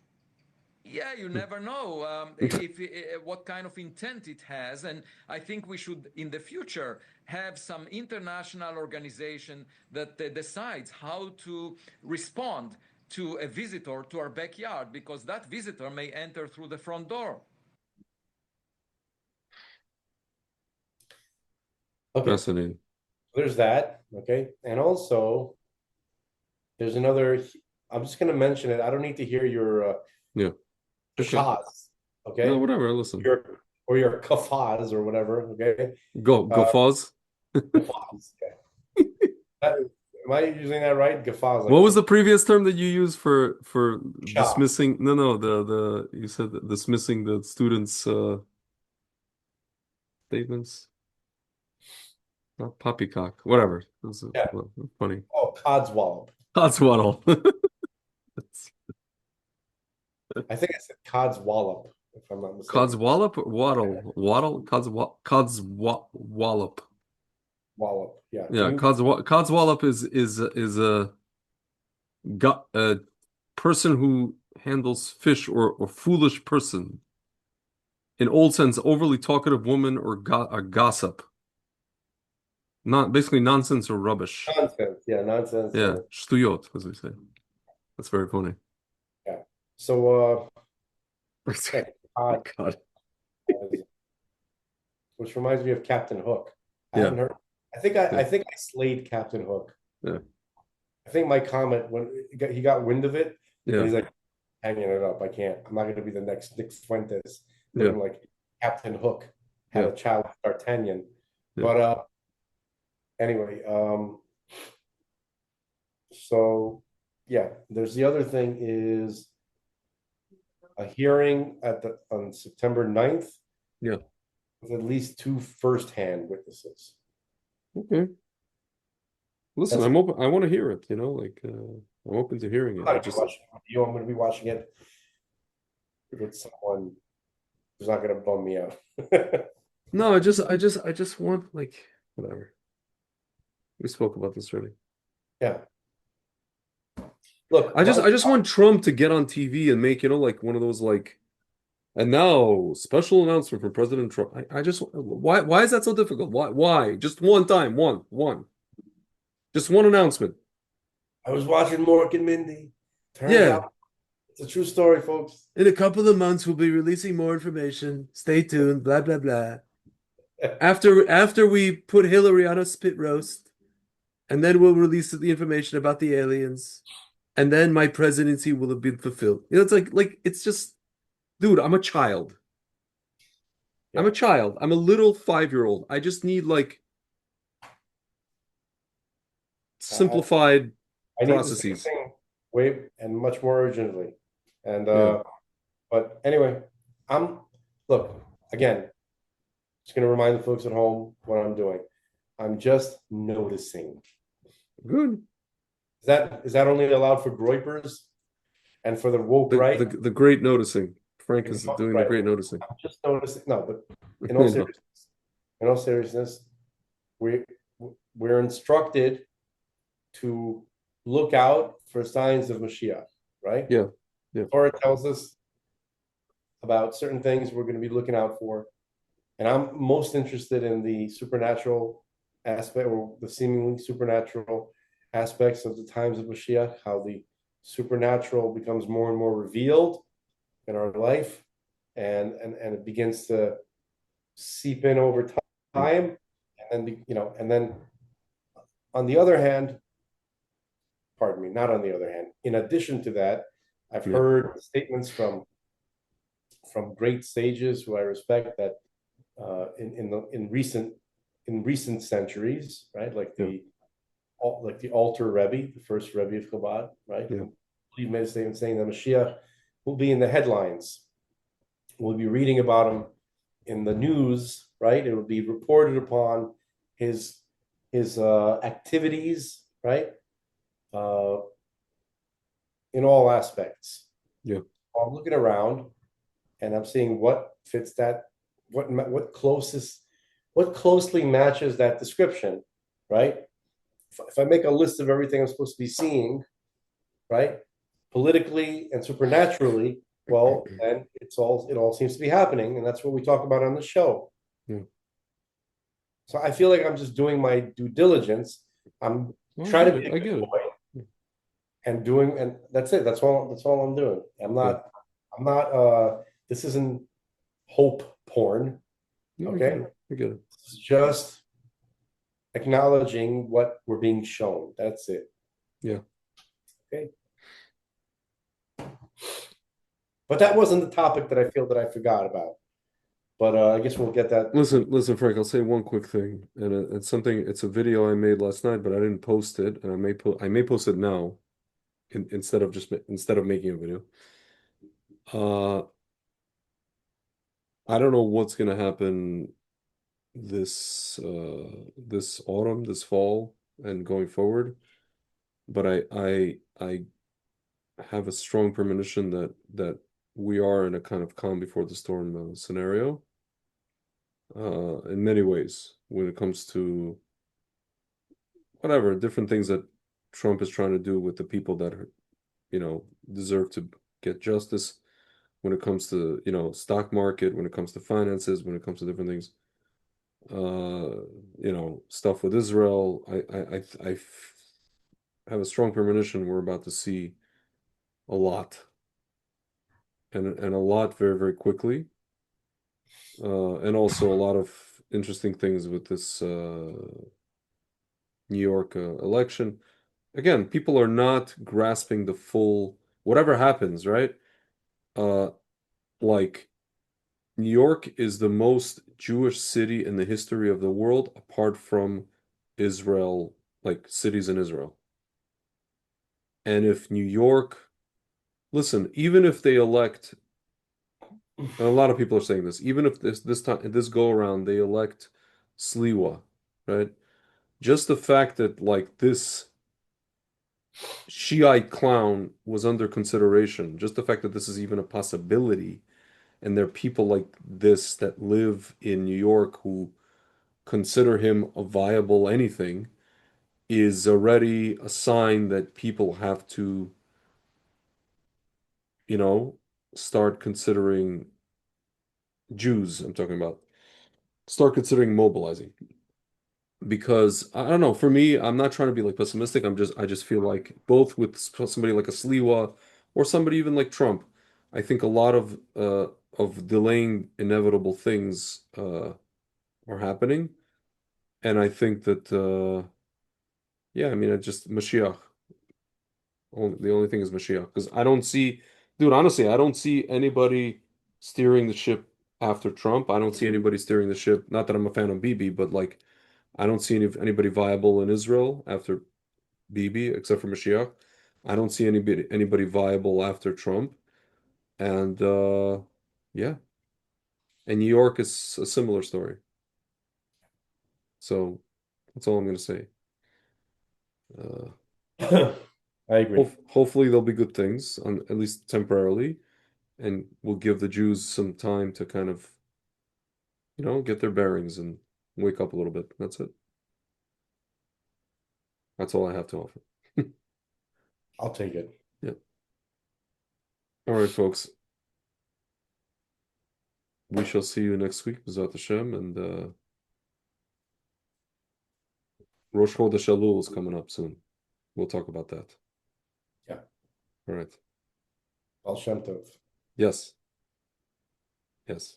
I mean, Elul. Yes. Okay. Yes. Baal Tov.